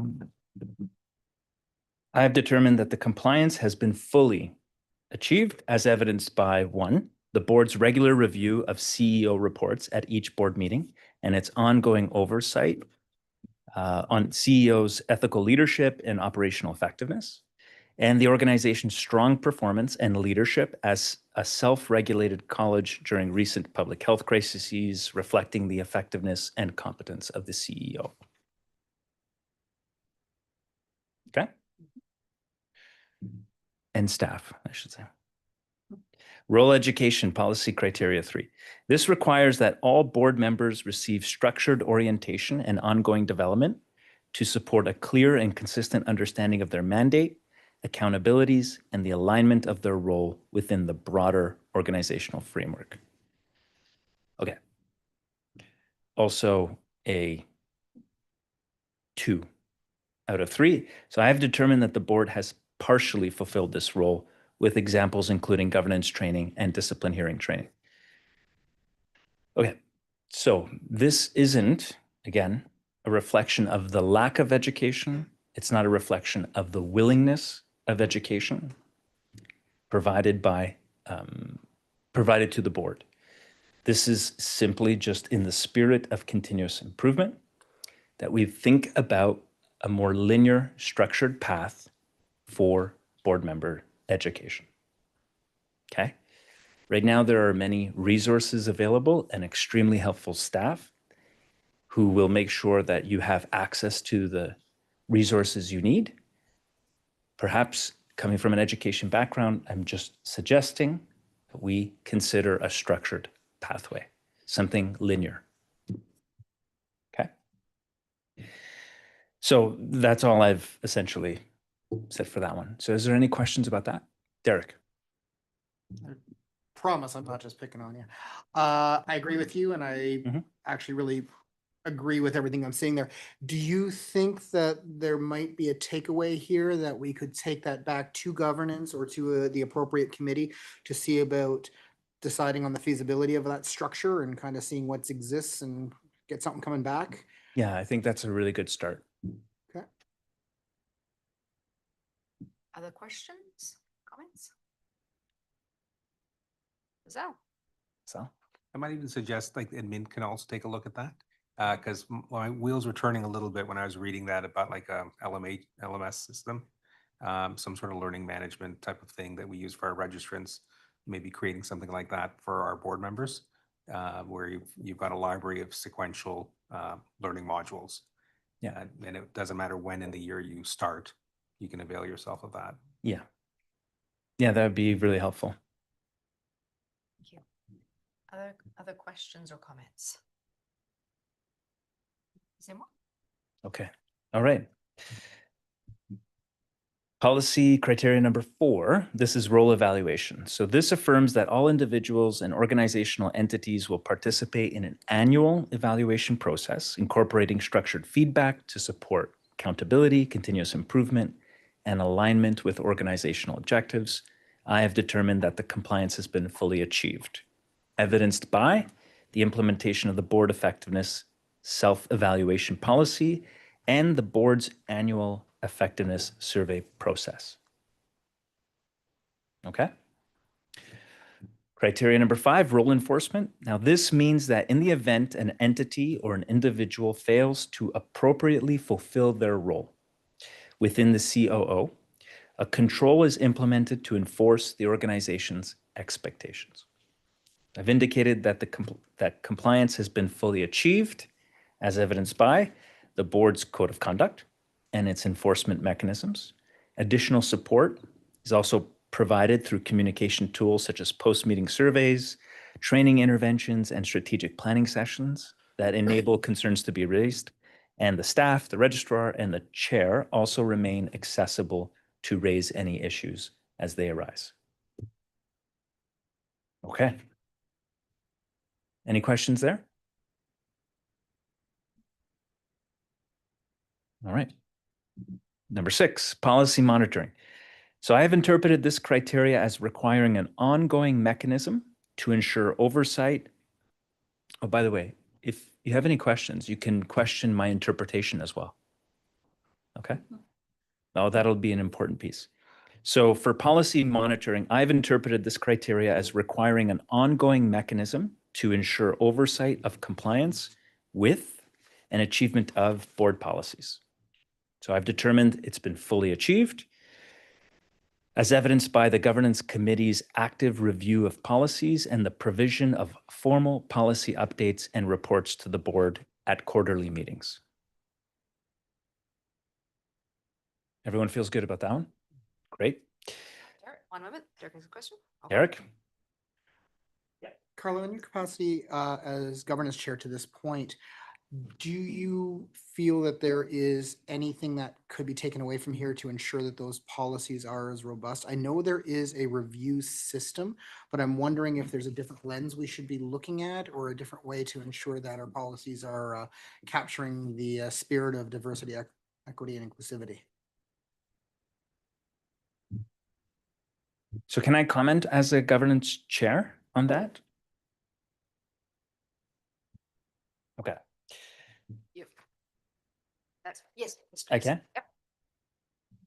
Okay, so I think your question, how I understood it, is from my point of view as governance chair, do I see opportunity to make changes to consider DEI? So I would say yes, just given the fact that I have that much visibility and frequency with the policies. That would be the extent of my answer. Is there a follow-up question? Based on the fact that you're operating within a set criteria and limitations in that capacity, is there anything that would make it more functional? Is there any wish list stuff that would make it so that you would feel that you would be able to give a more fulsome interpretation of those policies and a better review of those policies? Not to say that it's not a great review, just is there anything we might be missing?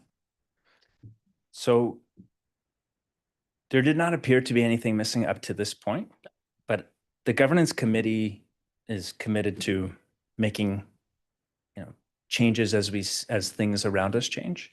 So I would lean on the governance committee and that process to then identify opportunities such as DEI considerations.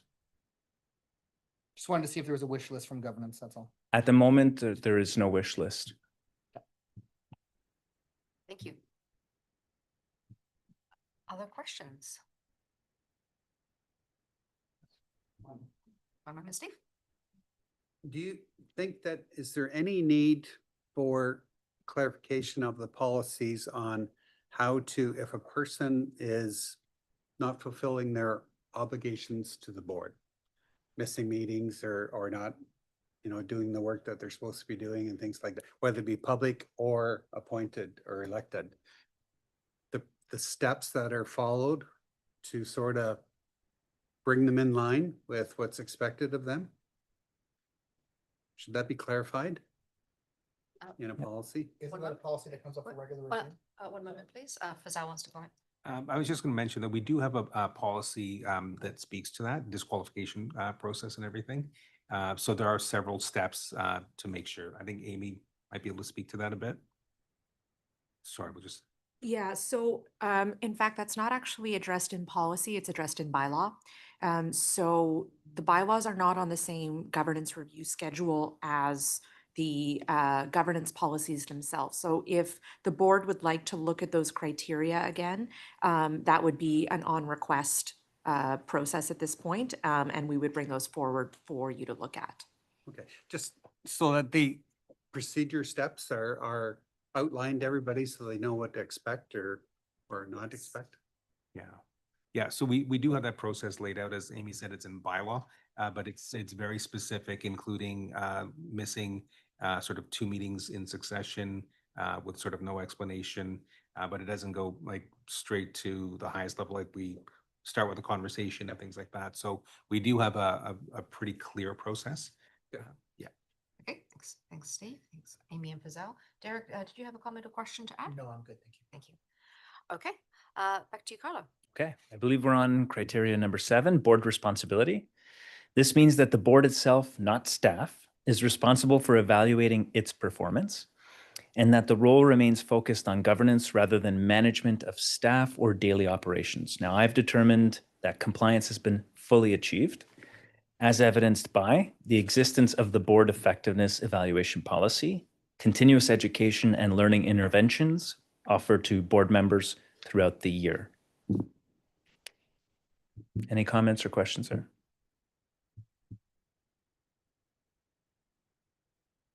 Continue. Okay. Thank you, Susan. Criteria 8, board discipline. This requires the board to maintain disciplined governance practices, including attendance, preparation, timely participation, respect for roles, and adherence to policy-making principles. I've determined this has been fully achieved, as evidenced by the establishment and maintenance of a clearly defined code of conduct, and ongoing oversight and reinforcement of the code of conduct through regular board meeting and quarterly reporting updates. Any comments or questions?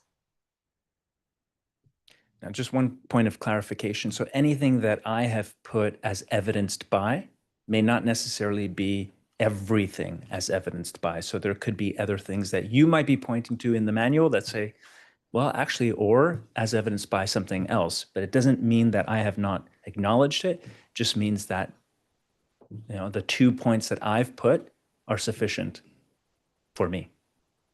Fair enough? Okay. Susan, over to you for questions or discussion. So this is the end of your report, correct? And so we just want to open the floor for any other feedback or discussion. I'm going to go to Steve first and then to Omar. For anyone that hasn't completed a monitoring report, there's an awful lot of work that goes into these reports behind that, but from staff, getting the information to you and then getting the time and allocating, sitting down and going through it line by line. Yeah. And I just want to say thank you very much Thank you. for doing it. And everyone else that has done a monitoring report, thank you for your efforts. Yeah, thank you very much. It's a great experience, though.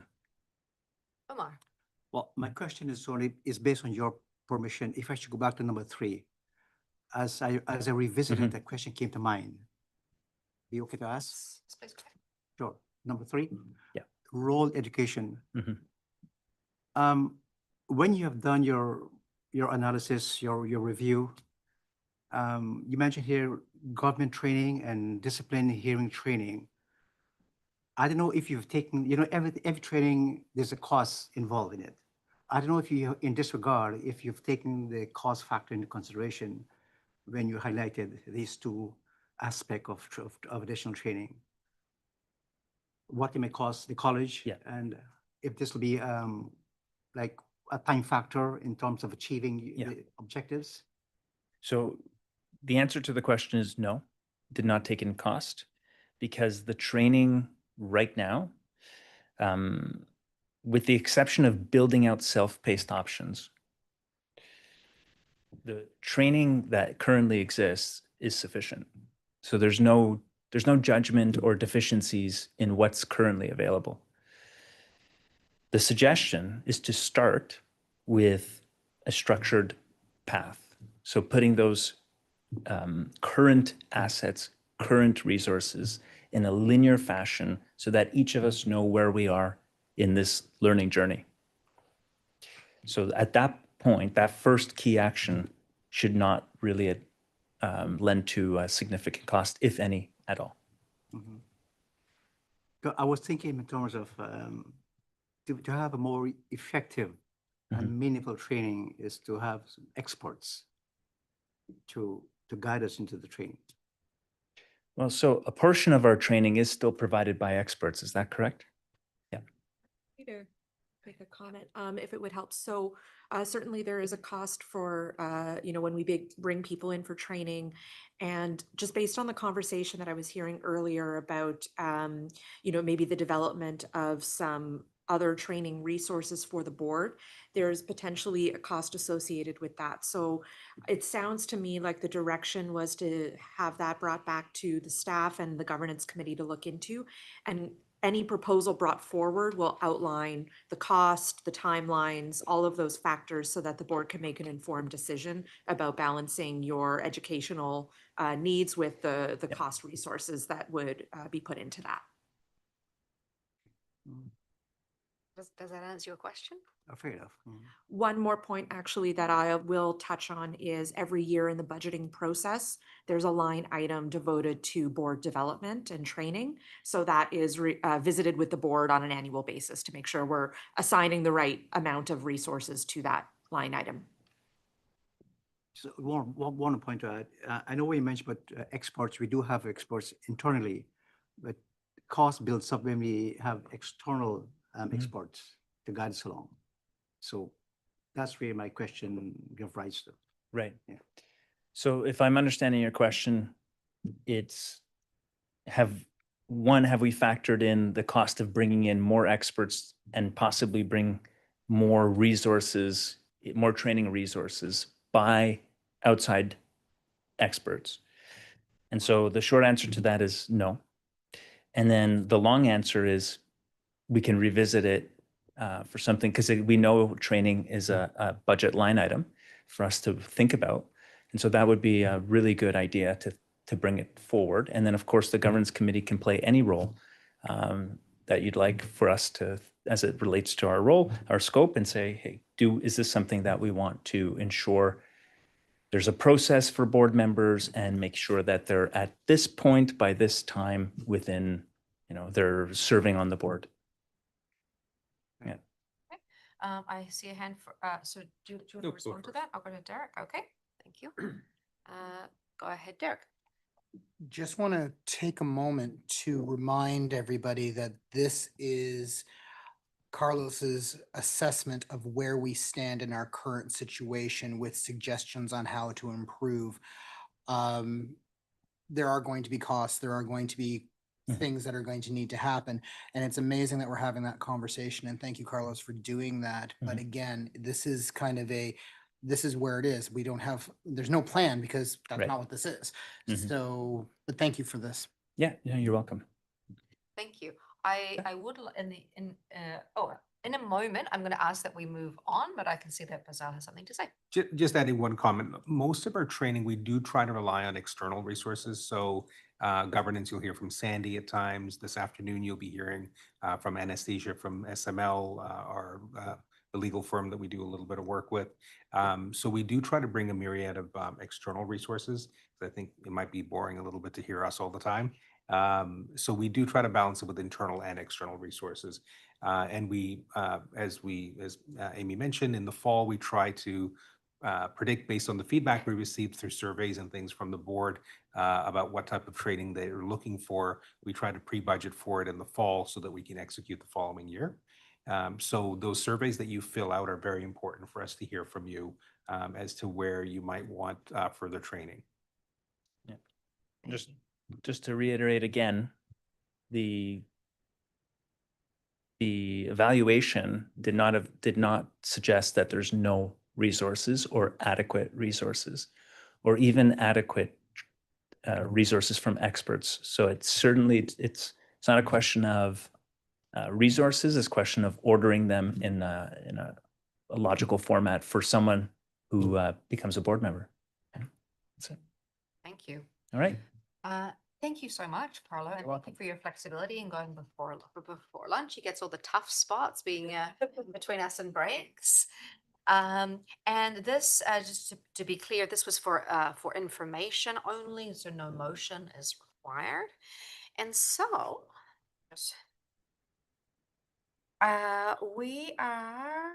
this concludes our morning agenda.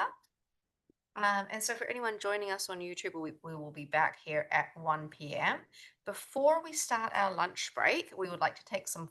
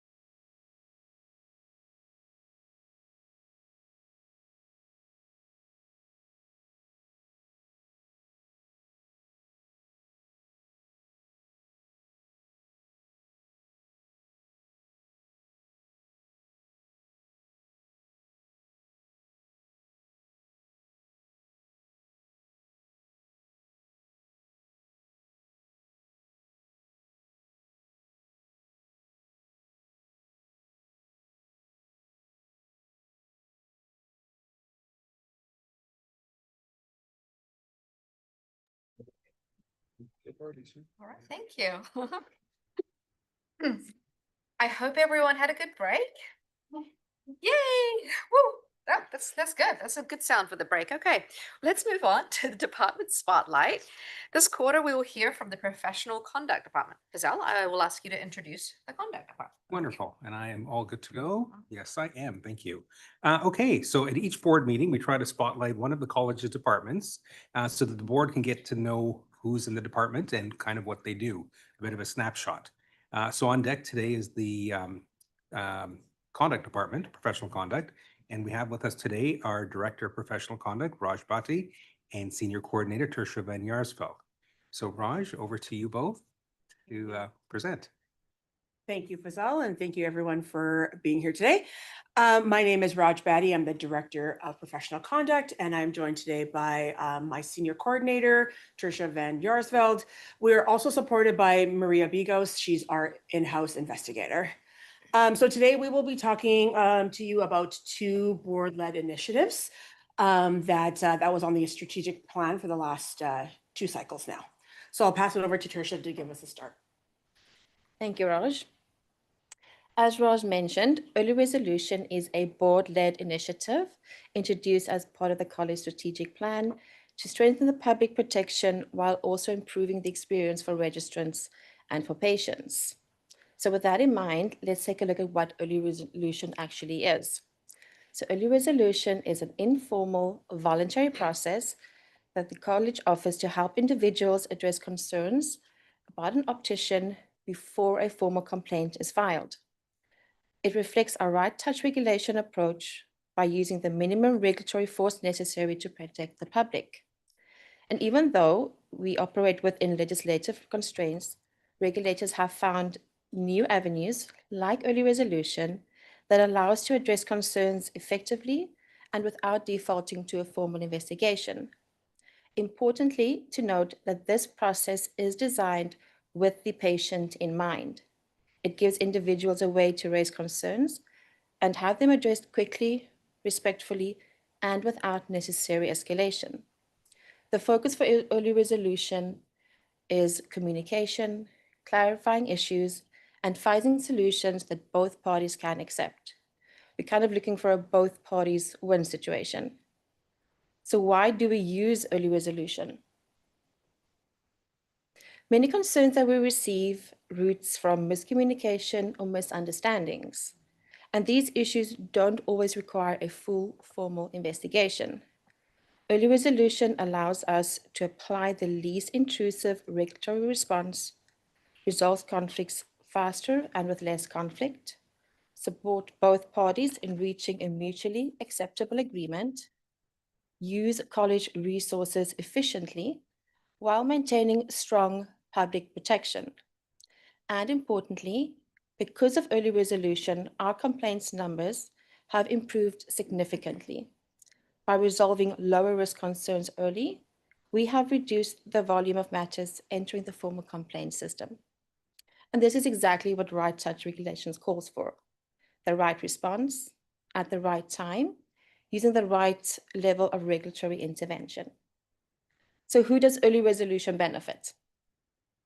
Early Resolution is designed to benefit everyone involved.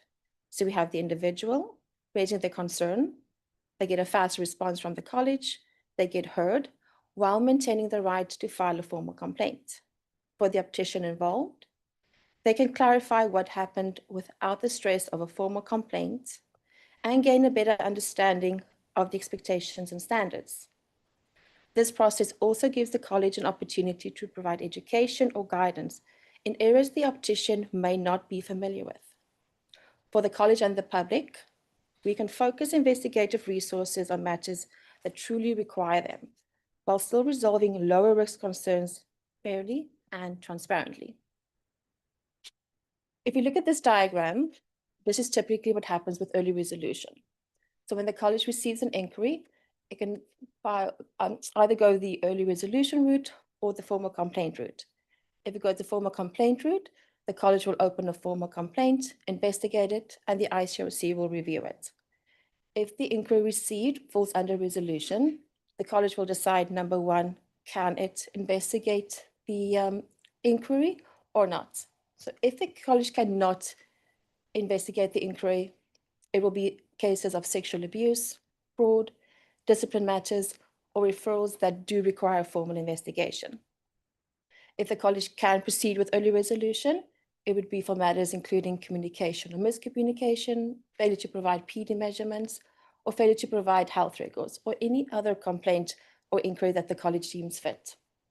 If the college does proceed with early resolution, they will proceed with an informal investigation, and either the matter will be resolved, or if not, then the complainant or the patient always remains with the right to a formal complaint. So an example of when early resolution works. So a typical scenario is where the patient contacts the college because they have not received their PD measurement from the optician. So they believe that the optician is withholding their personal information. Through early resolution, the college speaks to the optician and they understand that the optician misunderstood the requirements and they could only release the PD measurement if the patient bought frames from them. Once the college clarifies these expectations, the optician provides the PD measurements and the patient gets what they need without the need to file a formal complaint. And this is and this is early resolution working exactly as intended. Fast, constructive, and aligned with right touch regulations. Thank you very much, and I'll turn it back to Raj. Thank you. So I will touch upon the second strategic plan initiative, which has been in the works now for a few years. This is unauthorized practice. So unauthorized practice is when non-registered individuals are engaging in dispensing or any other optician activities that they should not be. And unauthorized practice, our investigation usually falls under these three streams. So first, we assess the information we receive, and the information we receive, it either comes through our formal report form, or sometimes we just get calls or emails about information that they want to provide to the college.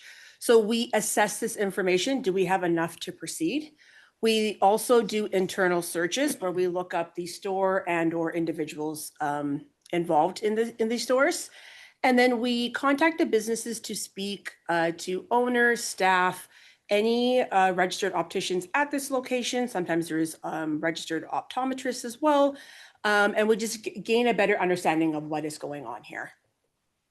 After we speak to these individuals, we do send out a formal communication through writing, in which it could be an inquiry letter or cease and desist.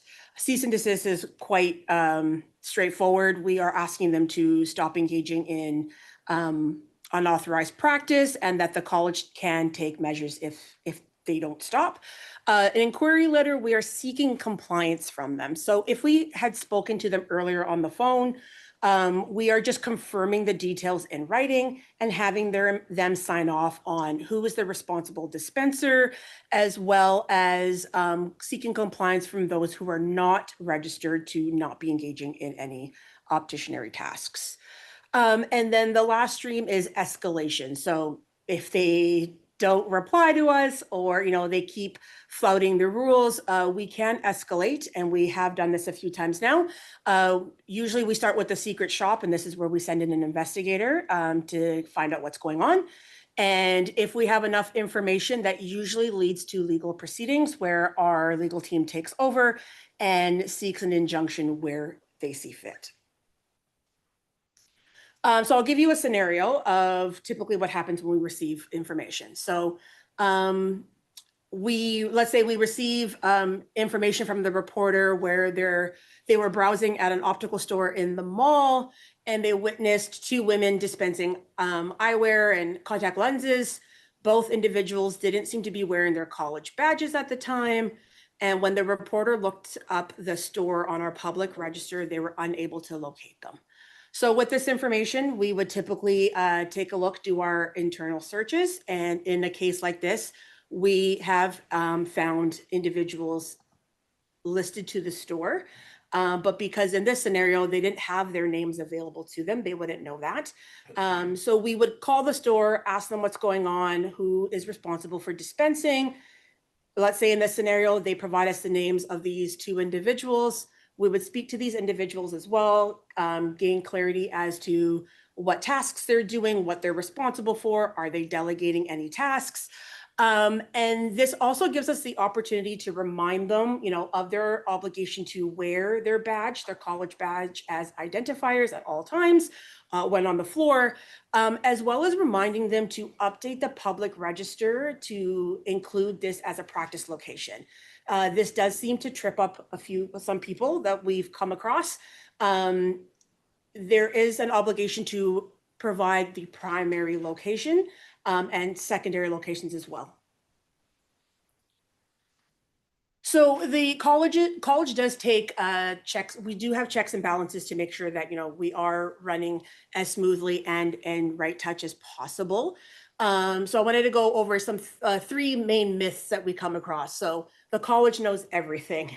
So there is this this kind of myth of the college knows that illegal dispensing is happening, or you already should know this. And it's very difficult to not have the information and then for us not to be able to do anything about it. We can only go off of information we have. And we have done a bit of a blitz campaign through social media and at our trade shows, both targeting the public and our opticians. If you see something that doesn't look right, or if you're aware of stores that are operating without a registered dispenser, to provide this information. And that kind of goes into the second myth of the college won't investigate stores or individuals due to affiliation. So we do take steps to insulate and to maintain integrity. So we ensure we do that by making sure that if anyone is named, that they're at an arm's length. This process is heavily internal. Nothing is really out in the public unless it needs to be, let's say, after we seek and win an injunction. So we try to make sure that we insulate. And another way we do that is this process allows for anonymous reporting. So the reporter may wish to withhold their own information for whatever purposes. We do encourage or ask that they do provide us that information just so that we can verify or get more information from them, but it is up to them if they want to provide that to us. And then the last myth is that all information received is evidence. Like in the last example there, simply having 2 people that aren't wearing their badges isn't evidence. It's information that we as the college have to assess. So we do encourage any and all information. However, we wanted to clarify that not everything received equals evidence. So how are we doing so far in terms of our unauthorized practice investigations this year? So far we have received and opened 15. We have closed 9 satisfactorily, and 2 have escalated with a secret shop so far this year. All files from previous years have been resolved and closed. We do have 3 that have been escalated and are now in the injunction phase. So 1 is awaiting a court order to be signed. 1 is in the early stages with our council. And then 1 was just recently approved by the finance committee. So I'll just turn it to the group if you have any questions about our presentation today.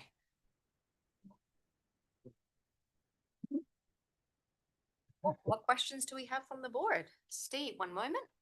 That early resolution process, is that something that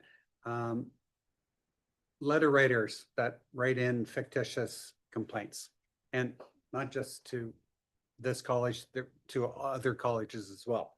They get on their mailing list and they just write allegations. Is this early resolution process a way to take them out of the investigative process when it's the same complaint against 10 people? Like where you'll have the stores say, this person was never my patient. I've never encountered John Doe or Steve Kinsella in my entire life. I don't know what the hell he's talking about. So one thing we have to do is if a formal complaint is filed, if they complete our form and send it in, we do have to investigate. Even if, you know, like you're saying, they're false or whatnot, it does have to go through the complaints route. This is when we receive a phone call or an email where they're very unsure of what they should do, or we straight up ask them, would you like to file a complaint? And they say, no, I do not want to enter that, but I am looking for the college's help. That's typically what we hear. So then now we've developed this process where we're able to do that. Good, thanks. Thank you. So, Unless I'm superseding anybody here? No? Another benefit of the early resolution is a lot of times people aren't necessarily looking to make a formal complaint against an optician. They just want to get either a refund or their PD. Now, we don't have any jurisdiction to make any optician give a refund. And often that conversation can stave off a formal complaint, because often patients will be like, well, that's all I want. So if you can't get me my refund, I'm out. And then there's situations where the PD, for instance, they're not looking for the optician to be disciplined or anything like that. They just want their PD. And often, if we put it through the formal process, it'll come out with possibly some remediation, some courses or education to the optician, but they still are waiting for their PD. So if we get involved then and have a conversation with the optician, there's often a bit of an aha moment, or I didn't know that was a thing, even though we talk about it twice a year for the last 5 years. But nonetheless, we have those conversations. And at that moment, we can probably get this whole thing resolved in the same day, and the patient is happy with their outcome. We haven't clogged the system, and the optician has had an informal conversation with the college, and they're more informed. So I'm quite excited for this process. I think it's going to be a win for both parties. Yeah, and just to follow up with that, PD is a big one, but another big one is simply just not hearing back from their optician or not getting a hold of somebody at the store. People seem to pick up when we call, so it helps kind of negate that as well. That has been a big one that we've tackled a few times this year already. Again, communication, right? Now, any other questions or comments from the board? Mark, one moment. So just to clarify, to go to early resolution, it has to be both the complainant, or whatever you call them, and the optician that agree on that? Not necessarily. Like, we communicate what the patient, I'll call them patient, not complainant, what they are looking for to the registrant. The registrant can say, well, I'm not doing that. Or, you know, I gave them everything I could and that's it. We tell them, okay, we're going to take this back to the patient. And it's really up to the patient what they want to do with that. Yeah. And then you warn it might be a real complaint, and then it's not as fun. Yes. Okay, thank you. If I can make one addition, Susan.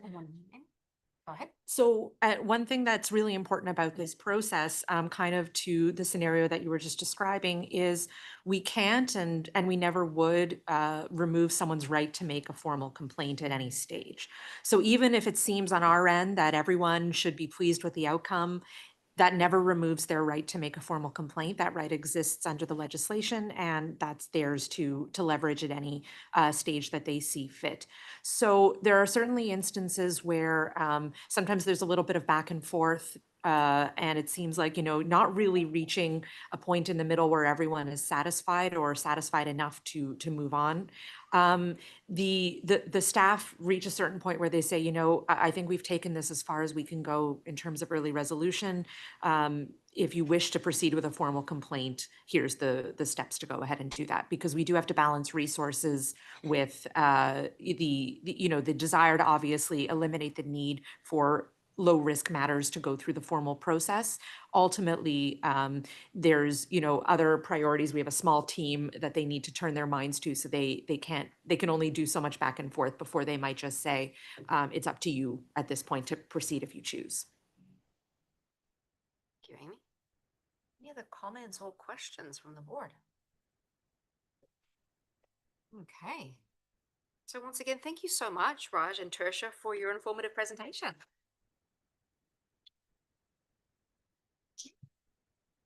Now I'll ask Fazal Khan to present the registrar's report. Okay. Okay, so hopefully everyone's had a chance to look at the registrar's report. It's just an overview of what's been happening since the last board meeting. So one thing that I'm kind of quite pleased to talk about is our inaugural Queen's Park Opticianry Day. So there are a few photos attached in the report, and we've had a bunch of photos circulated on social media. So Thursday, May 7th was our first College Queen's Park Opticianry Day. What we did was we partnered with the Ontario Opticians Association as well as the Lions Club. And rather than go in with sort of a hard ask that most groups do when they lobby, we actually set up sort of a friendly and possibly, sort of a positive approach where we set up a luncheon. And at the luncheon, we had a couple of stations. One was the college, one was the Lions Club, and one was the association. The association team was doing complimentary repairs and adjustments. The Lions Club was collecting old and damaged eyewear for donation or recycling. And we were basically conveying a joint message. There's often a lot of confusion on the difference between the three O's, opticianry, optometry, and ophthalmology. And so the luncheon was held to host the MPPs and their support staff. And we were really hitting home, trying to educate on what our role was, and having the association actually doing repairs and adjustments there showcased the skill set of opticians. We also had one of the opticians demonstrating and showing off some of the newer technology in low vision. So it kind of helped the government folks really understand what role the opticians play in the eye health care sphere. A lot of professions will do a Queen's Park Day where they'll pick 2 or 3 MPPs to go and lobby to, and take a bit of time to sit down with them and kind of do their pitch. And often politicians are sort of getting numb to being lobbied all the time. So it was quite interesting. There was about 21 or 22 MPPs that came through our doors over the lunch period, and their gatekeepers, the staff, which I think are very important. And we were able to have a really good conversation. They were a little puzzled that we didn't have an ask, and they really let their guard down. And they felt very positive at the end of the experience. I think we had some really quality engagements. Thanks to some of the inside pull of one of our board members, Omar Farouk, we were able to arrange a meet and greet with the Premier himself. And MPP Don Gallagher you have to have a sponsor for any time you're going to be on Queen's Park doing an event. So MPP Don Gallagher Murphy from Aurora, who's part of the health portfolio, was sponsoring our day. And I think Sylvia Jones, the health minister, was going to meet with us, but was called away for an announcement that happened that day. But nonetheless, she actually had 2 of her policy staff meet with us after the event. So we actually got a lot of good traction that day. We met with a lot of people. And at the same time, we're hoping to maybe do this once a year, where people really get the message of what opticians are. This was sort of a bit of a different route. Typically, we've got a government relations firm that's been on retainer for the last couple of years. This is a fraction of the cost and probably way more traction with the government. So overall, I think it was a very positive event. Now, let's see here, moving on. And then the following week, I also was able to attend a reception for Premier Ford and Don Gallagher Murphy, which was a little bit more intimate. And again, doing events like this rather than just working on a blank retainer, I think is far more cost effective and is getting us face time with the right people. Moving on to board elections. This is our first year that we're moving to the all Ontario district.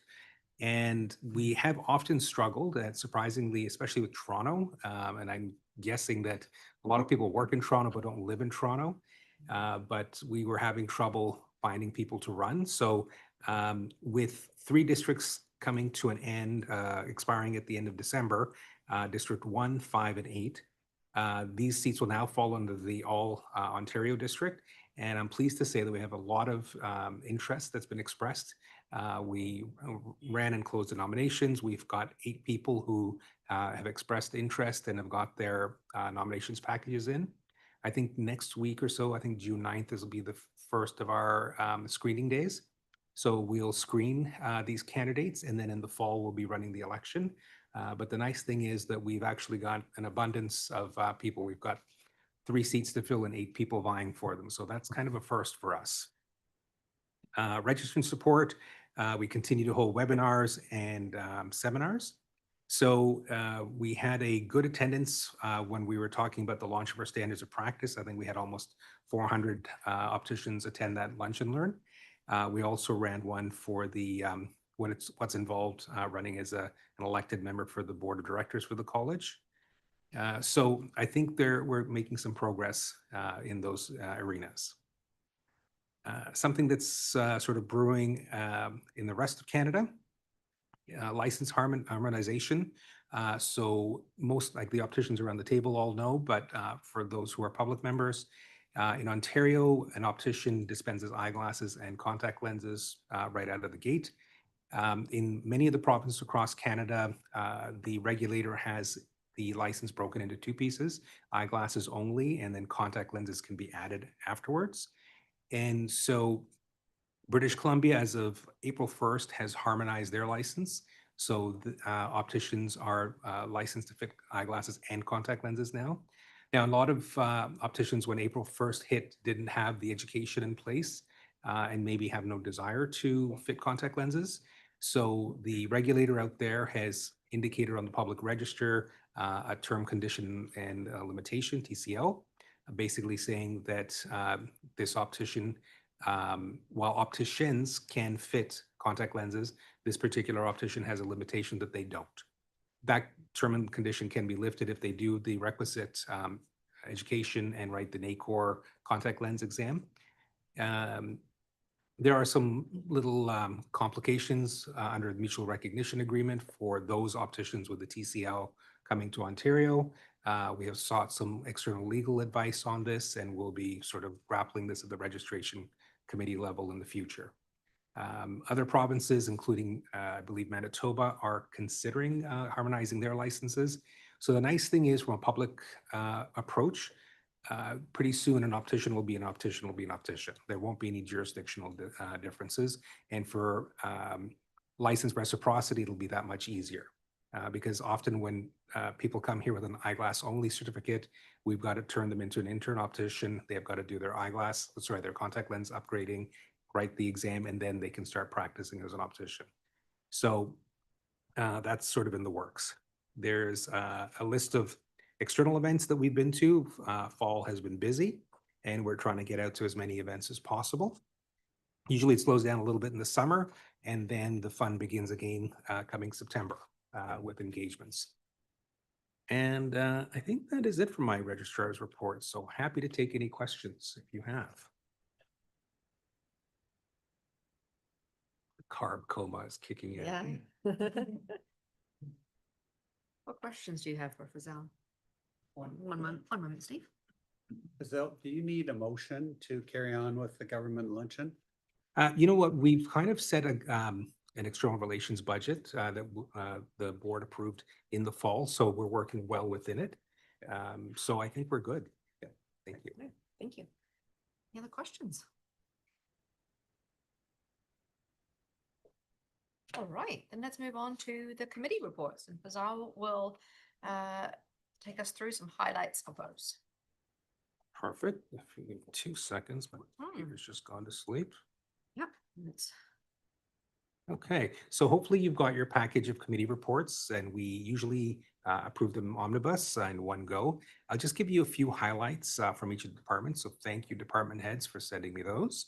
And the patient relations report, the main focus you'll see is, as we have, it's two-pronged, but as we've moved to the one district approach, there was a desire to make sure that we had proper diverse representation on the board. And in order to have that type of representation, we have to be able to analyze our registrant base to see what the makeup of that board is. So end goal is to collect demographic data at renewal time in our portal. Quite a few of the regulators are moving towards that, but it is something that we've got to be quite thoughtful about. And so we are doing consultations. So the Patient Relations Committee is tasked with that. And we're trying to create a baseline demographic for our registrant base so that we can help identify sort of gaps and disparities. So the committee is working on that with the aim that we sort of embed something into our renewal system every December. Conduct you just heard from, so you've kind of got an idea of what they're up to. Complaint timelines are trending downwards or continue to trend downwards. And as Raj indicated, we've got about 3 unauthorized practice matters that are in the injunction court base. Luckily, not too many. It's slow and expensive. We have been having good traction with making sure we get compliance where there sometimes seems to be none. So I think the right touch approach is working.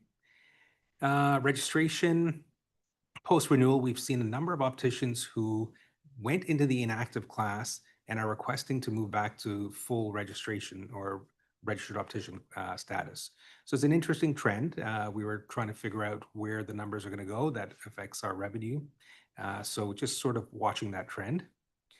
Our processing times remain steady at 3 days, which is quite quick compared to most regulators. And as you saw today, we had 3 policies on deck for your approval. Quality assurance, as of May 15th, 75% of our portfolios that were randomly selected have been processed by the team. So they are moving through them very quickly. And our registrants are being given exit letters or notices that their portfolio is complete or missing information. To date, accreditation requests are on trend, but we are seeing quite a bit of an increase in more of them leading towards professional growth. And I think those of you who are registrants around the table will see in the coming months, there's an update coming to the registrant-facing quality assurance portal, where you have a lot of tabs, jurisprudence, you have self-assessment, you've got your accredited activities, you've got your self-directed. And I'm guilty of this. I often think I'm done, but maybe I'm not. We have a lot of people sometimes who forget the self-assessment or whatnot. So we're building a progress bar. So it shows you how far along the process you are. And it's essentially a checklist. So you know whenever you're getting it done by the end of the year or by January 15th, that you are done, rather than us giving you a call saying you're not. So those are some of the things that you'll find in the report. We can turn it to individual committee chairs to take any questions around them, but I will turn it back to Susan for questions. What questions do we have?